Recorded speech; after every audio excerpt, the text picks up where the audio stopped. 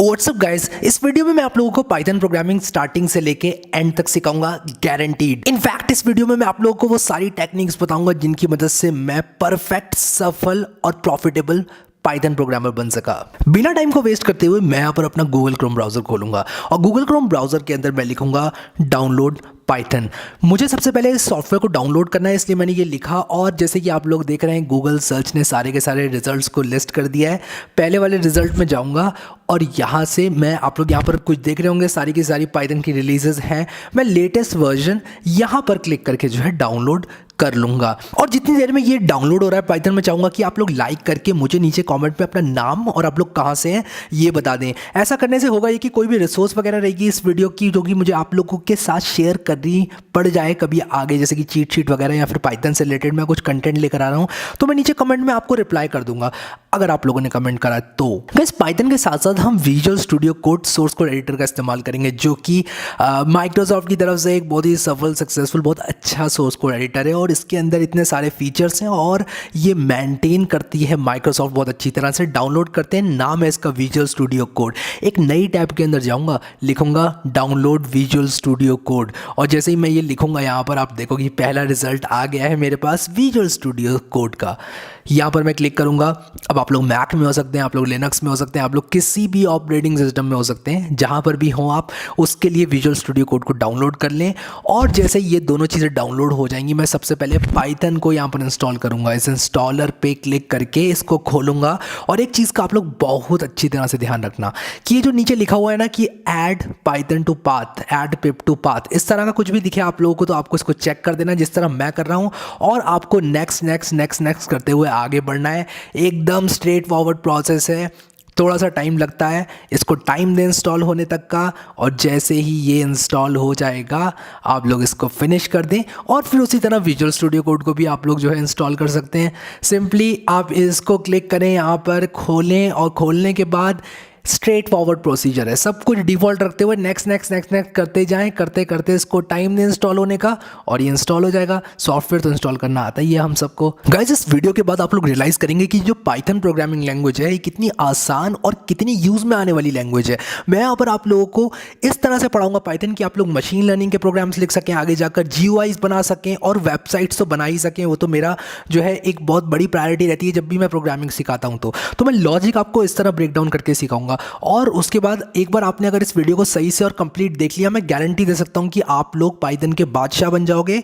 थोड़ी सी प्रैक्टिस के बाद आप लोग एक सफल पाइथन डेवलपर बन जाओगे। तो मैं अब अपने विजुअल स्टूडियो कोड को जो है खोल लूंगा, और जैसे कि आप लोग देख रहे हो मेरा विजुअल स्टूडियो कोड यहाँ पर खुल गया है। और खुलने के बाद ये एक वेलकम स्क्रीन दिखाता है विजुअल स्टूडियो कोड।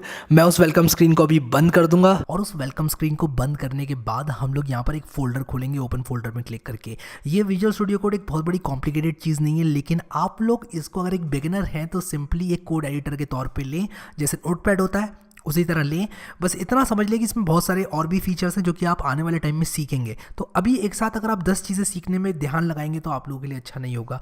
मैं यहाँ पर ओपन फोल्डर में क्लिक करके यहाँ पर एक फोल्डर खोल लेता हूँ पाइथन में अपने। तो मैं यहाँ पर ओपन फोल्डर में क्लिक करने के बाद यहाँ पर आ जाऊँगा और एक नया फोल्डर बना लूँगा। नया फोल्डर बनाने का मैं इसका नाम रख देता हूँ पाइथन इन वन वीडियो। और इसके बाद मैं करूँगा क्या कि इसके अंदर आ जाऊँगा, और जो चीज़ मैं करने वाला हूँ इस फोल्डर के अंदर आपको दिखाई देगी, और मैं सेलेक्ट फोल्डर पर क्लिक कर दूँगा। जैसे ही मैं ऐसा करूँगा तो ये फोल्डर मेरा खुल जाएगा यहाँ पर।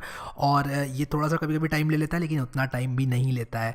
तो वेलकम स्क्रीन को मैं बंद कर देता हूँ, और यहाँ पर देखो पाइथन इन वन वीडियो लिख कर आ गया है।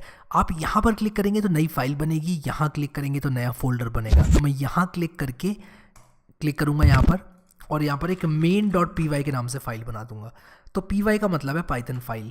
अब यहाँ पर विजुअल स्टूडियो कोड के बारे में क्विकली कुछ चीज़ें बता देता हूँ। अभी के लिए आप इससे डरे ना, इसके इंटरफेस से। यहाँ पर आप आराम से टाइप करें, और यहाँ पर मैं आप लोगों को बताना चाहूँगा कि आप लोग यहाँ गेयर आइकन पर क्लिक करके सेटिंग्स चेंज कर सकते हैं। एक्सटेंशंस को यहाँ पर क्लिक करके या फिर यहाँ क्लिक करके इंस्टॉल कर सकते हैं। कीबोर्ड शॉर्टकट्स को चेंज कर सकते हैं। और इसको अभी के लिए आप बात के लिए छोड़ दें। सबसे पहले अपने पाइथन का पहला प्रोग्राम लिख लेते हैं। ये इंश्योर करने के लिए कि आपका पाइथन सही से इंस्टॉल हुआ है, आप यहाँ पर देखें पाइथन 3.7 ये लिख कर आना चाहिए जो भी आपने इंस्टॉल किया है। राइट क्लिक करूँगा यहाँ पर, और राइट क्लिक करने के बाद पावर शेल पे क्लिक करूँगा। और अगर आप लोग लिनक्स वगैरह पे हैं तो लिनक्स का टर्मिनल आप लोग खोल सकते हैं, और सिंपली मैं यहाँ पर एक बार पाइथन लिखूँगा। एक बार पाइथन लिख के मैंने एंटर मारा है। और पाइथन लिखने के बाद क्या होना चाहिए कि आपका पाइथन आप लोग को इंटरप्रेटर ये दिखाए। अगर नहीं दिखा रहा है, वैसे तो ऐसा होगा नहीं अगर आपने सारी स्टेप्स फॉलो की हैं एग्जैक्टली, अगर आपका नहीं दिखा रहा है पाइथन तो आप एक बार और देखेंगे आपने क्या सही से सारी steps including the check marks जो कि मैंने मारे थे, ऐड पिप इनटू पाथ और ऐड पाइथन इनटू पाथ, वो सब चीज़ें पे हमने टिक अगर किया है सही से तो हमारा जो पाइथन है वो इंस्टॉल हो चुका है। तो यहाँ पर कुछ इस तरह से लिख कर आना चाहिए पाइथन और उसका वर्जन, और उसके बाद यहाँ पर सब चीज़ें लिख कर आनी चाहिए। और अभी के लिए अगर ये हो रहा है तो मतलब कि आपका काम हो गया है। इसके बाद मैं चाहूँगा कि आप एग्जिट लिख कर यहाँ पर, इससे एग्जिट करने के लिए यहाँ पर एग्जिट लिख कर एज अ फंक्शन पैरेंथेसिस लगाकर बंद कर दें, आप बाहर आ जाएंगे। इसके बाद अगर आप लोग यहाँ पर पिप इंस्टॉल, मान लो पैंडास एक पैकेज है जो कि मैं इंस्टॉल कर रहा हूँ, मैं आपको बताऊंगा ये सब चीज़ें कि क्या है। अगर आप कुछ इस तरह से करेंगे तब होना क्या चाहिए, आप लोग का पैंडास जो है वो इंस्टॉल हो जाना चाहिए। अब यहाँ पर क्या है कि जब ऑलरेडी आपका कोई पैकेज इंस्टॉल होता है तब ये बोलता है रिक्वायरमेंट ऑलरेडी सेटिस्फाइड। मेरे पास पैंडास नाम का पैकेज ऑलरेडी इंस्टॉल्ड है इसलिए ये बोल रहा है। मैं अभी वापस आऊँगा इस चीज़ पर, इसलिए मैं इसको करता हूँ मिनिमाइज और पहला पाइथन प्रोग्राम अपना लिख लेते हैं जल्दी से। तो आप लोग को सिंपली लिखना है प्रिंट हेलो वर्ल्ड, ठीक है। हमेशा किसी भी प्रोग्रामिंग लैंग्वेज में हम ये पहली चीज़ लिखते हैं। तो हेलो वर्ल्ड लिखने के बाद \n आप लोग को लगा देना है। बिल्कुल घबराना मत, पूरा एंड तक इस वीडियो को देखोगे तो पाइथन सीख कर जाओगे, इस बात की गारंटी मैं देता हूँ। और मैं गारंटीज बहुत कम देता हूँ, आज दे रहा हूँ तो मेरी बात ध्यान से सुनिए। अब यहाँ पर आपको करना क्या है, एक्सटेंशंस में जाना है और यहाँ पर लिखना है आप लोगों को कोड रनर। यहाँ पर क्लिक करके सिंपली यहाँ पर कोड रनर लिखना है, इसको खोलना है और यहाँ पर इंस्टॉल कर लेना है। मैंने ऑलरेडी इंस्टॉल कर रखा है, आपका यहाँ पर इंस्टॉल लिख कर आएगा। इंस्टॉल पे क्लिक करेंगे आप लोग, जैसे ही इंस्टॉल पे क्लिक करेंगे होगा कुछ ऐसा कि आप लोग यहाँ पर एक बटन देखेंगे और उस पर आप क्लिक करेंगे, तब होगा क्या कि नीचे आपका जो पाइथन स्क्रिप्ट है वो रन हो जाएगी। इंश्योर करें कि आप सेव कर लें इसको, जो भी आप यहाँ पर लिख रहे हैं उसके बाद ही रन करें, ताकि आप जो सोच रहे हैं वही आपको मिले आउटपुट में। हेलो वर्ड यहाँ पर लिखकर आ चुका है जैसे कि आप लोग देख रहे हैं, और मेरी जो पाइथन की ये स्क्रिप्ट है ये रन हो चुकी है। यहाँ पर आप क्लिक करेंगे एक बार तो ये आपको ये दिखाएगा वापस से, जहाँ फाइल्स एंड फोल्डर्स हैं आपकी, ये एग्जैक्टली वही फोल्डर है जो कि हमने खोला था ओपन फोल्डर करके। तो वहाँ पर अगर आप कोई भी चीज़ ऐड करोगे तो वो यहाँ दिखेगी आपको, यहाँ कोई फोल्डर ऐड करोगे तो वो वहाँ दिखेगी। तो आप यहाँ पर जाकर अपने विंडोज़ में एक्सप्लोरर में जाकर फोल्डर खोल के चेक कर सकते हैं इस चीज़ को। मैं यहाँ पर फिर से क्लिक करूँगा तो मुझे जगह मिल जाएगी और ये बंद हो जाएगा और मुझे वापस से ये खोलनी होगी ड्रॉअर, तो मैं इस पर क्लिक कर दूंगा। तो मैं भी इसको अंदर कर देता हूँ और इसको थोड़ा सा यहाँ से पकड़ के नीचे करता हूँ टर्मिनल को, और यहाँ पर मैंने अपना पहला पाइथन प्रोग्राम बना लिया है जिसका मुझे आउटपुट मिल चुका है हेलो वर्ड। तो काफ़ी अच्छी चीज़ है, कॉन्ग्रेचुलेशंस, आप लोगों ने एक नया पाइथन प्रोग्राम बना लिया अपना पहला ज़िंदगी का। इन केस आपकी ये पहली प्रोग्रामिंग लैंग्वेज है तो अब प्रोग्रामिंग लैंग्वेज क्या होती है इस बारे में मैं बहुत क्विकली बताऊँगा। हो सकता है आप में से 80% लोगों को मालूम हो, लेकिन मेरी बात को ध्यान से सुनना। कभी भी हम किसी इंसान से बात करते हैं तब हम किसी भाषा का प्रयोग करते हैं। अगर मुझे आपको बताना है कि बैठ जाइए तब मैं आपको बोलूँगा बैठ जाइए, या फिर सिट डाउन बोलूँगा, या किसी दूसरी भाषा में बोलूँगा। तो मैं आपसे कम्युनिकेट करने के लिए एक माध्यम का इस्तेमाल करता हूँ। अगर मैं आपसे जापानीज़ में बोलूँ बैठ जाओ तो शायद आपको समझ में ना आए, इसीलिए मैं जब आपसे कम्युनिकेशन कर रहा हूँ तब मुझे करना क्या चाहिए, मैं ये एज्यूम करके आपसे कम्युनिकेशन कर रहा हूँ कि आपको हिंदी आती है। जैसे कि मैं अभी आप लोग से बात कर रहा हूँ तो मैं ये एज्यूम करके आप लोग से बात कर रहा हूँ कि आपको हिंदी बोलनी आती है। उसी तरह क्या है कि कंप्यूटर को हिंदी बोलनी नहीं आती है, कंप्यूटर को आती है पाइथन बोलना, क्योंकि जो आपका सीपीयू है कंप्यूटर के अंदर लगा हुआ वो जीरोज़ और वन की भाषा बोलता है। और आप लोग को क्या चाहिए, आप लोगों को पाइथन क्या करके देता है, आप यहाँ पर जब प्रिंट हेलो वर्ड लिखते हो तब पाइथन इसको सीपीयू की भाषा में बदल देता है और सीपीयू को समझाता है कि क्या करना है। जैसे कि इस केस में आप सीपीयू से क्या कहना चाहते हो, आप कहना चाहते हो कि यार कुछ ऐसा करो कि मुझे यहाँ हेलो वर्ड देखने को मिले। उसी तरह अगर मैं यहाँ पर प्रिंट लिखूं और उसके बाद मैं यहाँ पर कुछ 5 + 8 लिखूं और मैं यहाँ पर इसको यहाँ लिखूंगा और इसको रन करूं, तब आप लोग देखना यहाँ पर 13 आ गया। तो मेरे पाइथन का क्या काम है, एक प्रोग्रामिंग लैंग्वेज का क्या काम है। प्रोग्रामिंग लैंग्वेज एक माध्यम है। मैं प्रोग्रामिंग लैंग्वेज की मदद से बात कर रहा हूँ अपने कंप्यूटर से, जो कि मेरे सीपीयू से कह रही है कि 5 और 8 13 होता है तो 13 दिखा दो। तो ये कंप्यूटेशन करने के लिए मुझे एक ऐसी भाषा बोलनी पड़ेगी जो कि मैं और कंप्यूटर दोनों समझते हैं। मैं इंग्लिश समझता हूँ, मैं सिंटैक्स सीख सकता हूँ, मैं सिंटैक्स सीख कर यहाँ पर ऐसे लिखूँगा और मेरा जो पाइथन इंटरप्रेटर है वो क्या करेगा, ये भाषा को उस भाषा में कन्वर्ट कर देगा जो कि मेरा CPU समझता है। तो मैं आशा करता हूँ कि आप लोग को ये एनालॉजी अच्छी लगी होगी और आप लोगों को समझ में आ गया होगा कि प्रोग्रामिंग क्यों की जाती है। तो कुछ चीज़ें ऐसी होती हैं जो कि इंसान बहुत अच्छी करते हैं, जैसे कि किसी एक बात पर विचार करना। आप अच्छा विचार कर सकते हैं, एक सिचुएशन के बारे में बहुत अच्छी तरह सोच सकते हैं। लेकिन अगर मैं आपसे कहूँ कि 24 घंटे कागज़ पे हेलो वर्ल्ड लिखो, तब वो आप नहीं कर सकते अच्छा, वो कंप्यूटर ज़्यादा अच्छा कर सकता है। या फिर मैं आपसे कहूँगा कि मैं आपको 2-2 नंबर देता जाऊँगा और आपको करना क्या है, उन 2 नंबर्स को ऐड करना है। ये काम कौन ज़्यादा अच्छा करेगा? ये काम आप ज़्यादा अच्छा नहीं करेंगे, आप थक जाएंगे थोड़ी देर के बाद। लेकिन कंप्यूटर जितनी स्पीड से आज कर रहा है उतनी ही स्पीड से 100 साल के बाद भी करेगा, और आपको वो काम करके देता रहेगा उसी स्पीड के साथ, उसी एक्यूरेसी के साथ, गिवन कि आपने कोड सही लिखा है। तो चलो आगे बढ़ते हैं यहाँ पर और स्टार्ट करते हैं अपने पाइथन का ट्यूटोरियल। और यहाँ पर मैं इंट्रोड्यूस करना चाहूँगा पाइथन से। पाइथन एक प्रोग्रामिंग लैंग्वेज है और इसको आप कई चीज़ों में इस्तेमाल कर सकते हैं। मल्टीपर्पज़ प्रोग्रामिंग लैंग्वेज है, वेबसाइट्स बना सकते हैं, GUIs बना सकते हैं, उसी के साथ साथ आप लोग स्क्रिप्टिंग कर सकते हैं। और पाइथन के जो यूजेस हैं वो तो नेटवर्किंग में भी आते हैं और आप लोग उसको कई जगह इस्तेमाल कर सकते हैं। आप लोग फ़ोटो एडिटिंग कर सकते हैं पाइथन से, वीडियो एडिटिंग कर सकते हैं, कोई सीमा नहीं है टू बी ऑनेस्ट। तो हमने अपना पहला पाइथन प्रोग्राम लिखा जिसमें हमने सिर्फ हेलो वर्ड लिखा, ठीक है। अब यहाँ पर हम करेंगे क्या, समझेंगे कि जब मैंने हेलो वर्ड लिखा तो क्या हुआ। प्रिंट एक फंक्शन होता है जिसके अंदर मैं कोई भी चीज़ देता हूँ तो होता क्या है कि वो मुझे यहाँ पर प्रिंट करके दे देगा। तो मैंने ये कोट्स क्यों लगाए, मैंने कहा कि एक स्ट्रिंग है, हेलो वर्ड एक स्ट्रिंग है, और ये बैकस्लैश n क्या है इसके बारे में भी बात करेंगे। अभी के लिए इसको हटा देते हैं, ठीक है। अगर बैकस्लैश n नहीं लगाऊंगा तो ये न्यू लाइन कैरेक्टर नहीं आएगा। तो देखो इसको अगर मैंने रन किया वापस से तो हेलो वर्ड आएगा, फिर वापस से उसके नीचे डायरेक्टली 13 आ गया, ठीक है। तो हुआ क्या, यहाँ पर मैंने कहा कि एक स्ट्रिंग है मेरे पास, उसको आप डिस्प्ले कर दो। अब ये स्ट्रिंग क्या होती है, नंबर क्या होता है, इंटीजर क्या होता है, फ्लोट क्या होता है, इस बारे में भी हम लोग यहाँ पर बात करेंगे। तो आप लोगों को पता चल गया कि आप लोग पाइथन से वेब डेवलपमेंट कर सकते हैं, मैथमेटिक्स कर सकते हैं, अरिथमेटिक कर सकते हैं, कुछ भी चीज़ आप करवाना चाहते हैं कंप्यूटर से वो कर सकते हैं। और आज की तारीख में पाइथन की पॉपुलैरिटी बहुत बढ़ रही है, जॉब्स आपको बहुत ज़्यादा मिलेंगी और आपको ये सब चीज़ें मालूम है। तो मैं ज़्यादा टाइम इसमें वेस्ट नहीं करूँगा और डायरेक्टली जंप करूँगा प्रोग्रामिंग में। तो देखो मैंने आप लोगों को यहाँ पर जब पाइथन लिख के दिखाया था, एक बार हमने अपने कंप्यूटर में पाइथन इंस्टॉल कर लिया, तब अगर मैं यहाँ पर पाइथन लिखूंगा तब ये मेरा पाइथन इंटरप्रेटर स्टार्ट हो गया है। अब यहाँ पर मैं इसको पाइथन को यहाँ से यूज़ कर सकता हूँ। तो अगर मैं यहाँ पर कहूँ कि a = 7 और b = 8 और c = a+b और उसके बाद मैं c लिखूं तो ये मुझे बता रहा है कि c की वैल्यू 15 है। लेकिन यहाँ पर प्रॉब्लम ये है कि मैं यहाँ पर एक बड़ा कोड नहीं लिख सकता। मान लो मैं कुछ ऐसा करना चाहता हूँ कि सबसे पहले मेरा ब्राउज़र खोलो, फिर उसके बाद उसमें कुछ काम करो, फिर उसके बाद कुछ ऐसा करो, फिर ब्राउज़र बंद कर दो, फिर क्या करो कि मेरे यहाँ पर क्लिक करो। मैं इस तरह की एक ऑटोमेटेड स्क्रिप्ट लिखना चाहता हूँ मान लो, तब मैं नहीं लिख सकता। इसकी वजह से लिख सकता हूँ, लेकिन मेरे पास जो है एक स्क्रिप्ट को मेंटेन करने की पावर जो है ख़त्म हो जाती है। मैं कमांड लाइन से कमांड को अगर मैं रन करता रहूँगा और उसके बाद इसको बंद कर दिया तो मैं यहाँ पर जो मैंने लिखा है वो खो दूंगा।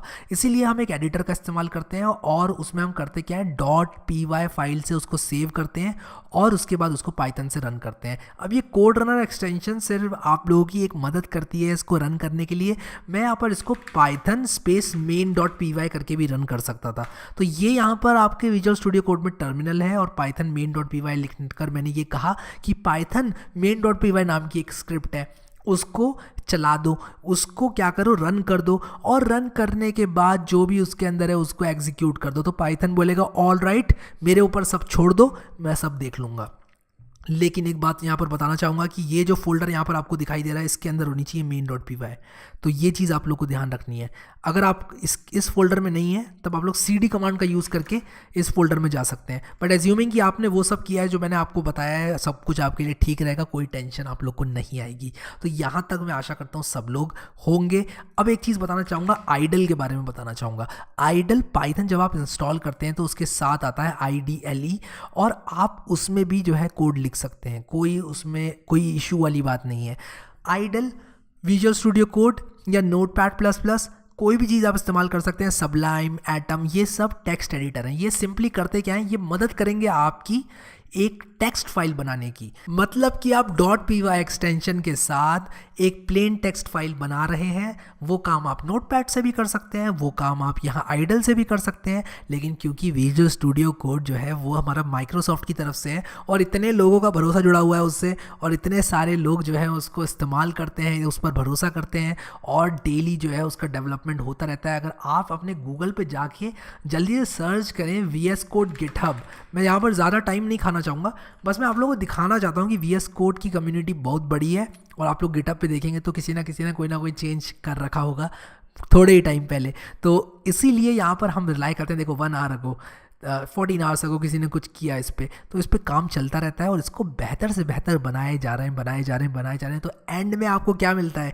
एक बेस्ट प्रोडक्ट मिलता है। इसीलिए विजुअल स्टूडियो कोड, क्योंकि ये फ्री एंड ओपन सोर्स है, आप इसको इस्तेमाल करें। अब हम यहाँ पर सिंटैक्स की थोड़ी सी बात करेंगे पाइथन की मदद से, किस तरह आप लोग प्रोग्राम्स लिख सकते हैं, क्लीन सिंटैक्स किस तरह लिख सकते हैं। तो हमने यहाँ पर अभी तक हेलो वर्ल्ड लिखा और हमने यहाँ पर 5+8 लिखा, लेकिन आप लोगों ने सोचा होगा कि 5+8 में मैंने कुछ इस तरह से क्यों नहीं लगाया ब्रैकेट। अब देखा आपने, मैंने सेलेक्ट करके इसको सिंपली एक सिंगल डबल कोट मारा और एक डबल कोट मार के ये पूरा डबल कोट से सराउंडेड हो गया। तो अब मैं इसको रन करूँगा तो 13 की जगह मुझे कुछ और मिलेगा और आप लोग देखेंगे यहाँ पर 5+8 ऐसे कैसे ही मिल गया। तो ये क्यों होता है इस बारे में भी बात करेंगे। तो अब हम लोग यहाँ पर करते क्या है कि थोड़े से सिंटैक्स को समझ लेते हैं पाइथन के। इंडेंटेशन की बात करूँगा यहाँ पर। मान लो अभी क्या होता है, आपने अगर आप किसी दूसरी प्रोग्रामिंग से अगर आ रहे हैं, या फिर अगर आपकी ये पहली लैंग्वेज भी है, मैं तो ये मान के चल रहा हूँ कि आपकी ये पहली प्रोग्रामिंग लैंग्वेज है, लेकिन अगर आप किसी दूसरी लैंग्वेज से आते हैं तो जनरली क्या होता है प्रोग्रामिंग लैंग्वेज में, अगर मैं इफ़ कंडीशन यूज़ करूँ, यानी कि मैं कुछ ऐसा लिखना चाहूँ कि अगर मान लो कि एज इज़ लेस दैन 87, या फिर 87 नहीं 18 कर लेते हैं इसको, 87 तो बहुत ज़्यादा है, तो मैं इसके अंदर घुसना चाहूँगा। तो मैं चाहूँगा कि कुछ ऐसा पता करना कि मेरा इफ़ कहाँ स्टार्ट हो रहा है, कहाँ ख़त्म हो रहा है। तो जनरली प्रोग्रामिंग लैंग्वेजेस में हम ये करली ब्रेसेस का इस्तेमाल करते हैं, करली ब्रैकेट्स का इस्तेमाल करके हम लोग ये इसके अंदर जो भी लिखते हैं वो हमारा दिस इज़ इनसाइड इफ़, ठीक है, वो हमारा इफ़ के अंदर होता है, ठीक है। लेकिन यहाँ पर पाइथन में क्या होता है, इंडेंटेशन चलता है। यानी कि अगर मैं यहाँ पर एक कोलन लगा दूँ कुछ इस तरह से और उसके बाद एंटर मारूँ, तभी देखो एक स्पेस आ गई यहाँ पर। तो इसके अंदर अब जो भी चीज़ रहेगी इफ़ के अंदर, जब तक मैंने ये स्पेस देते हुए लिख रहा हूँ मैं, तब तक मैं इफ़ के अंदर हूँ। जहाँ मैंने यहाँ से लिखना स्टार्ट कर दिया फिर से, तब क्या होगा, मैं इफ़ के बाहर आ चुका हूँ। तो इफ़ के अंदर सिर्फ इतनी चीज़ें हैं जितनी में ये स्पेस दिया हुआ है।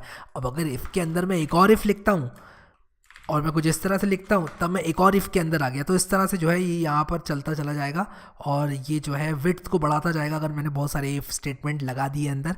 लेकिन जनरली होता ये है कि हम एक आध दो चार इफ़ स्टेटमेंट यूज़ करते हैं। इफ़ के अंदर इफ़ के अंदर इफ़, ऐसा बहुत ही कम होता है कि आपको यूज़ करना पड़े। तो मैं यहाँ पर करूँगा कि इसको मिटा दूँगा और इसको मिटाने के बाद यहाँ पर आप लोग समझ गए इंडेंटेशन क्या होता है। जिस तरह मैंने बोला कि इफ़ के अंदर घुसने के लिए आप ऐसा करेंगे तो आप इफ़ के अंदर आ चुके हैं। अब होता क्या है कि अगर आप इफ़ के अंदर है तो ये ऑटोमेटिकली डिटेक्ट कर लेता है। जैसे कि मैंने लिख दिया यहाँ पर प्रिंट हेलो, तो अगर एज 18 से कम है तो हेलो प्रिंट करेगा। और अब मैं एंटर मारूंगा तो मैं इफ़ के अंदर ही लिख रहा हूँ अभी भी, लेकिन जैसे ही मैं यहाँ आ गया मैं अब इफ़ के बाहर लिख रहा हूँ। तो ये इंडेंटेशन समझना बहुत ज़रूरी है। यहाँ पर मैं लिख रहा हूँ तो इसका मतलब मैं इफ़ के अंदर नहीं हूँ, अब इफ़ के बाहर आ चुका हूँ। तो एज अगर 18 से कम नहीं भी है तब भी ये वाला जो कोड सेगमेंट है वो चलेगा। बात करेंगे इसके बारे में और अभी इसको मैं कमेंट कर दूंगा। कमेंट क्या होता है आपको बताता हूँ। कमेंट क्या होता है, जब भी आप प्रोग्रामिंग करते हैं किसी भी लैंग्वेज में, तब आप लोग की लाइन जो है यहाँ पर 4 लाइन ऑफ कोड नहीं होगा, ना ही 10 होगा। जब आप लोग एक बड़ा सॉफ्टवेयर, अच्छा सॉफ्टवेयर बना रहे हो, तब बताए उसमें कितनी लाइन्स ऑफ कोड हो सकते हैं।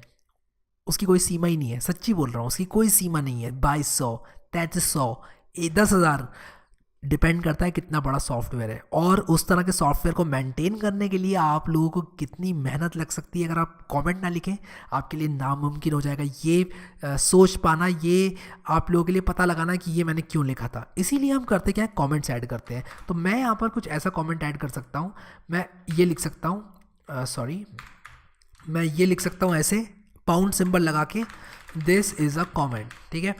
तो जैसे ही मैंने पाउंड सिंबल लगा दिया तब मेरा पाइथन इंटरप्रेटर समझ जाएगा ये कमेंट है और ये सिर्फ यहाँ पर कुछ नोट्स लेने के लिए लिखा गया है, और इसको ये इग्नोर कर देगा, पाइथन को यहाँ से रन करना स्टार्ट करेगा। उसी तरह मैं अगर मान लो कि यहाँ पर लिख दूँ this is also a comment, और उसके बाद इसको भी मैं कमेंट कर दूँ तो मैं यहाँ पर कंट्रोल/ दबाऊंगा तो विजुअल स्टूडियो कोड का शॉर्टकट होता है, ऑटोमेटिकली एक पाउंड सिंबल और एक स्पेस यहाँ पर दे देता है। अब इसको रन करूँगा तो ये रन नहीं होगा क्योंकि एज डिफाइंड नहीं है, यहाँ पर एरर आ रहा है। तो मैं क्या करूँगा, इसको सेलेक्ट करके कमेंट कर दूंगा। इसको कमेंट कर दूंगा तो क्या होगा कि ये मानेगा ही नहीं, अब ये मेरा है ही नहीं कोड में। तो जैसे ही मैंने इसको सेलेक्ट करके कमेंट किया, अब रन किया, तब यहाँ पर आप देखो hello 13 आ गया। अगर मैं इसको अनकमेंट कर दूं, यानी कि इसको सेलेक्ट करके, सेलेक्ट नहीं सिर्फ इस लाइन पर कहीं भी क्लिक करके कंट्रोल/ दबा दूं, पूरी लाइन अनकमेंट हो जाएगी। सेव करके इसको रन करूंगा तब ये कहेगा कि ये क्या लिख दिया, this is also a comment. तो पाइथन का इनवैलिड सिंटेक्स है। तो इसीलिए कमेंट आप लोग ये सिंगल लाइन कमेंट का इस्तेमाल करके इस तरह अपने कोड को कमेंट कर सकते हैं। उसी तरह एक मल्टी लाइन कमेंट भी होता है। और मल्टी लाइन कमेंट क्या होता है, आप कुछ इस तरह लिख सकते हैं, 3 आप कुछ इस तरह लगा दें सिंगल कोट्स, और उसके बाद 3 सिंगल कोट्स को बंद करने के लिए लगा दें। और यहाँ पर आप कुछ ऐसे लिख सकते हैं, this is a multi line comment, ठीक है। और यहाँ पर आप कितनी भी लंबी कहानी लिख सकते हैं। तो कहीं पे भी आप जाएंगे, बड़ी बड़ी रिपोजिटरी में पाइथन की मैं दिखाता हूँ आप लोगों को, और मैं यहाँ पर दिखाता हूँ आपको पाइथन रिपोजिटरी, और कुछ मुझे मिल गया अगर तो अच्छी बात है, और अगर नहीं मिला तो यहाँ पर देखता हूँ मैं। और मैं सिंपली एक काम करता हूँ, यहाँ पर सर्च करूँगा गिटहब पे पाइथन, तो एक रैंडम सी पाइथन फाइल मैंने पकड़ ली है। देखो इसमें पाउंड सिंबल लिख के इन्होंने कमेंट लिखे हुए हैं। ये जानकारी डालने के लिए इस फाइल में इन्होंने लिखा है कि कॉपीराइट 2015, टेंसरफ्लो ऑथर्स, तो ये सारी चीज़ें इन्होंने लिखी हुई हैं। और ये यहाँ पर सिंगल लाइन कमेंट का बड़ी आसानी से इस्तेमाल कर रहे हैं, बहुत ज़्यादा इस्तेमाल किया हुआ है इन्होंने।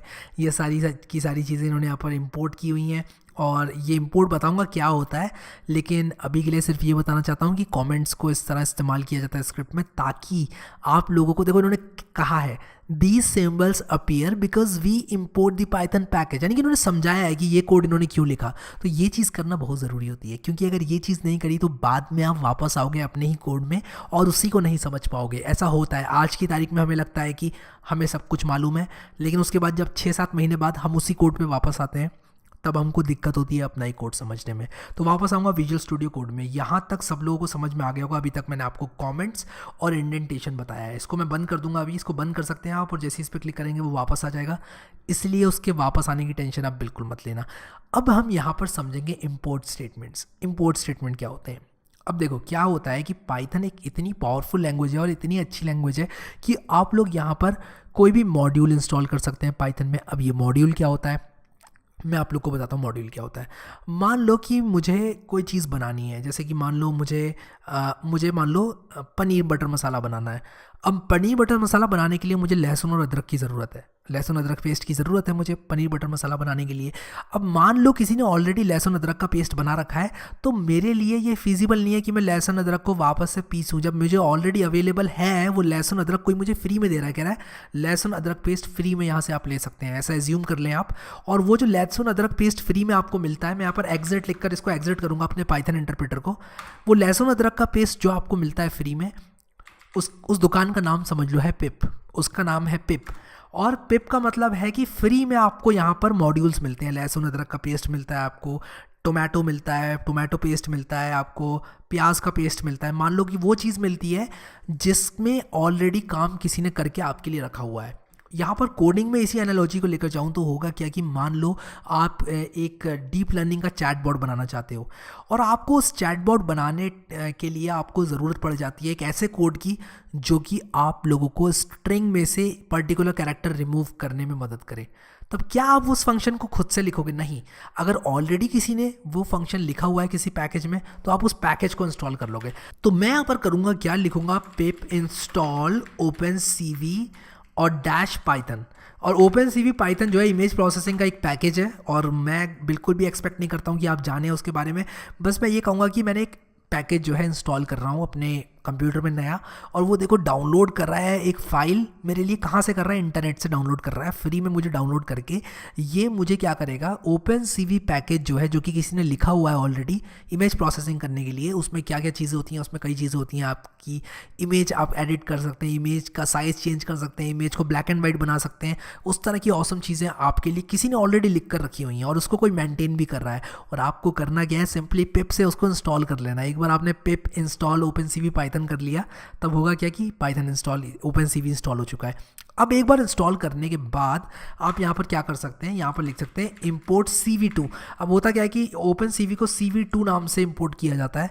ज़रूरी नहीं है कि जिस नाम से हमने उसे इंस्टॉल किया है उसी नाम से आप इंपोर्ट करें उसको, तो ये चीज़ थोड़ी ध्यान देने लायक है। अब अगर आप लोग मेरी तरह विजुअल स्टूडियो कोड में और कंट्रोल दबा के अगर क्लिक करते हैं CV2 में, तब ये मॉड्यूल खुल जाता है और इसके अंदर जो जो चीज़ें हैं वो सब आप लोग को दिखाता है कि क्या क्या चीज़ें हैं उसके अंदर, और आप आराम से देख सकते हैं उसका कोड। अब मैं यहाँ पर इसके कोड में नहीं जाना चाहूँगा, लेकिन मैं आप लोग को बताना चाहूँगा कि मॉड्यूल्स जो होते हैं पाइथन के अंदर वो सिर्फ डाउनलोड ही नहीं किए जाते हैं, कुछ बिल्ट इन मॉड्यूल्स भी होते हैं। इनको समझाने के लिए ज़रा सर्च करते हैं built in modules in Python, ठीक है। सिंपल सा सर्च मैंने मारा गूगल पे, और आप लोग भरोसा करें सिर्फ docs.python.org पे, इसके अलावा आप किसी को नहीं जानते, क्योंकि ये जो वेबसाइट है ये ऑफिशियल वेबसाइट है, उस पर कोई भी इन्फॉर्मेशन गलत नहीं होगी। चलो बढ़िया। अब हम क्या करेंगे, यहाँ पर देखेंगे कि क्या क्या हमारे पास ऑलरेडी मॉड्यूल जो हैं उपलब्ध हैं। तो हमारे पास ABC उपलब्ध है, AIFC, ये सारे के सारे मॉड्यूल्स उपलब्ध हैं, और ये बता भी रहा है कि ये मॉड्यूल क्या करते हैं। जैसे मान लो डेट टाइम हमारा एक मॉड्यूल है, या फिर मैं और नीचे आऊँ कोई और मुझे एग्जाम्पल अगर मिल जाता है अच्छा सा तो आप लोग को मैं दिखाऊंगा। और मैं यहाँ पर करूँगा क्या कि मैथ जो होता है हमारा उसको यूज़ करूँगा। तो मैं अगर इसको खोलूँ नए टैब में, राइट क्लिक करके ओपन लेंगे, न्यू टैब कर लें, या फिर व्हील वाला बटन दबा देंगे आप, तो नया टैब में खुल जाता है। बहुत सारे लोगों को ये बात मालूम नहीं होती है, जो माउस का व्हील होता है उसको दबाने से नई टैब खुलती है क्रोम में, और माउस का व्हील दबाकर नई टैब खुली हुई बंद भी हो जाती है। ये बहुत कम लोगों को मालूम होता है। जैसे कि मैं अगर इस पर व्हील दबाकर अपने बंद कर दूं उसको, तो व्हील वाले बटन से बंद हो जाएगी। एनीवेज, तो हम यहाँ पर करेंगे क्या, इंपोर्ट मैथ करेंगे। तो मैं अपने विजुअल स्टूडियो कोड में आ जाऊँगा और इंपोर्ट CV2 के साथ साथ इंपोर्ट मैथ करेंगे। जब मैंने लिखा इंपोर्ट मैथ, इसका मतलब है कि मैथ तुम जो बिल्ट इन मॉड्यूल हो, जो कि तुम्हारे अंदर फंक्शंस और कैपेबिलिटीज़ हैं, वो इस स्क्रिप्ट में ज़रा इस्तेमाल करनी है। ज़रा आ जाओ। तो मैथ मॉड्यूल क्या कहेगा ओके आता हूँ साहब, और मुझसे जो भी मदद चाहिए आपको तो मुझे बता देना। All right. अब मैथ के अंदर कुछ फंक्शंस होते हैं, जैसे कि math.ceil होता है एक, उसी के साथ साथ कई फंक्शंस हैं, और मैं ये नहीं कहूँगा कि आपको याद रखने हैं ये सारे फंक्शंस। और GCD होता है जो कि आपको ग्रेटेस्ट कॉमन डिवाइज़र निकाल के देता है 2 इंटीजर्स का। तो अगर मैं यहाँ पर प्रिंट करूँ हेलो वर्ड की जगह, मैं काम करता हूँ, इसको मैं Ctrl+D मैंने शॉर्टकट लगा रखा है यहाँ पर लाइन को रेप्लिकेट करने का, आप भी लगा लेना बाद में, और विजुअल स्टूडियो कोड को बाद में और सीख लेना आराम से। अब मैं यहाँ पर करूँगा क्या, लिखूँगा यहाँ पर मैथ डॉट और मैं लिखूँगा GCD, और जैसे मैं लिखूँगा देखो यहाँ पर मुझे सजेशन दे रहा है, मुझे बता भी रहा है ये फंक्शन क्या करता है। यही पावर है विजुअल स्टूडियो कोड की, इसीलिए बोला था विजुअल स्टूडियो कोड इंस्टॉल करने के लिए। अब 3 और 6 का GCD मान लो मुझे निकालना है, और मैं इसको Ctrl+S करूँगा, और इसको जैसे ही मैं यहाँ पर रन करूँगा, आप लोग देखो पहले हेलो वर्ड आया और 3 और 6 का GCD इसने निकाल के दे दिया 3, ठीक है। तो ये इस तरह से काम करता है। आप कोई भी मॉड्यूल इंपोर्ट करके उसका इस्तेमाल कर सकते हैं, और उसको तभी इंपोर्ट करें जब आप उसको इस्तेमाल करना चाहते हैं। ऑल राइट, तो हमने जो है काफ़ी चीज़ें कवर करी हैं अभी तक, मॉड्यूल समझ लिया है हमने सही से। यहाँ पर बहुत सारे मॉड्यूल्स हैं, और आप लोगों के लिए इस वीडियो के बाद एक्सप्लोर करने के लिए मैं छोड़ूंगा। और बहुत ही कमाल के मॉड्यूल्स हैं, जैसे कि OS मॉड्यूल क्या करता है, आप लोग को पूरी कैपेबिलिटीज़ देता है इधर उधर फाइल कॉपी करने की, या फिर आप लोग ये देख सकते हैं कि कौन सी फाइल कहाँ पर मौजूद है, किस फाइल का क्या नाम है, नाम चेंज कर सकते हैं। और SHUtil करके भी एक मॉड्यूल होता है जो कि आपको कॉपी पेस्टिंग करने में मदद करता है। कई चीज़ें हैं, आप लोग आराम से इसको बाद में एक्सप्लोर करना। ये पेज है, आप मैंने कैसे इस पेज को खोला आपको मालूम है, built in modules in Python लिखकर मैं यहाँ पर आ गया था। चलो बढ़िया, तो यहाँ तक हम लोगों ने देखा। अब हम यहाँ पर आएंगे असली पाइथन में, देखेंगे वेरिएबल्स क्या होते हैं। सो गाइस, आप लोग जब भी अपने घर में कोई सामान लेकर आते हैं तो उसको रखने के लिए किसी डब्बे में रखते हैं। जैसे कि मान लो आप दाल लेकर आए तो उसको डब्बे में रखते हैं, और अगर मान लो आप तेल लेकर आए तो आप लोग उसको किसी और चीज़ में रखते हैं, और आप लोग अगर मान लो कपड़े लेकर आए तब आप उसको कपड़े के बैग में रखते हैं। तो उसी तरह अलग अलग तरह के कंटेनर्स हैं। हमारी जो अटैची है, हमारा सूटकेस एक तरह का कंटेनर है, और जिसके अंदर आपने दाल डाली एक डब्बा जो कि आपके किचन में है वो भी एक तरह का कंटेनर है। तो ये 2 अलग अलग तरह के कंटेनर्स हैं। उसी तरह वेरिएबल भी होता है, और मैं यहाँ पर करूँगा क्या कि नीचे आकर आप लोगों को बताऊँगा वेरिएबल्स क्या होते हैं। तो मैं इस कोड को कमेंट कर सकता हूँ Ctrl/ करके, और यहाँ पर मैंने जो भी चीज़ें लिखी हैं सब मैं कमेंट कर दूंगा, और ये जो इंपोर्टेड मॉड्यूल्स हैं इनको भी मैं कमेंट कर दूंगा, क्योंकि मुझे इनकी ज़रूरत अब नहीं है, इसलिए फालतू मॉड्यूल्स में इंपोर्ट नहीं करूँगा। मैं यहाँ पर करूँगा क्या, मैं यहाँ पर लिखूँगा a = 34। अब मैंने यहाँ पर a = 34 लिख दिया, तो मैंने ये कह दिया कि जो a है उसके अंदर 34 डाल दो, यानी कि ए नाम का एक डब्बा बनाओ, उस डब्बे के अंदर डाल दो 34। तो आप एक डब्बा ड्रॉ कर सकते हैं, उसके अंदर 34 लिख सकते हैं। और उस डब्बे के अंदर क्या है, उस डब्बे के अंदर एक इंटीजर है, तो इसका टाइप जो है वो एक इंटीजर है। उसी तरह मैं एक और वेरिएबल बना सकता हूँ और मैं उसको कुछ इस तरह लिख सकता हूँ, हैरी। मान लो मैंने उसको कुछ इस तरह से लिख दिया, और मैंने ये डबल कोट्स क्यों लगाए। अब मैं अगर मान लो उसको रन करता हूँ तो मेरा प्रोग्राम कुछ नहीं कर रहा है, सिंपली ए को रख दे रहा है, ए के अंदर रख दे रहा है 34, बी के अंदर रख दे रहा है हैरी। लेकिन अगर मैं ये हटा देता हूँ मान लो डबल कोट्स, तब मुझे एरर मिलेगा। ये कहेगा हैरी क्या है, क्योंकि हैरी नाम की कोई चीज़ बनाई नहीं है मैंने। ये समझेगा हैरी भी कोई वेरिएबल है जो कि मैंने बना रखा है, लेकिन ऐसा नहीं हुआ है। इसीलिए डबल कोट्स के अंदर डालूंगा तो मेरे कहने का मतलब ये है कि एक स्ट्रिंग है। स्ट्रिंग का मतलब कोई नाम, कोई टेक्स्ट या कुछ भी इस तरह की चीज़ स्ट्रिंग कहलाती है। उसी के साथ साथ मैं यहाँ पर बना सकता हूँ एक फ्लोटिंग पॉइंट नंबर, जिसमें मैं समथिंग पॉइंट समथिंग करके लिख सकता हूँ, और मैं इसको सेव करके रन करूँगा तो एकदम पानी की तरह चलेगा, कुछ करेगा नहीं लेकिन एरर भी नहीं देगा। ठीक है, तो ये मैंने आप लोगों को बता दिया।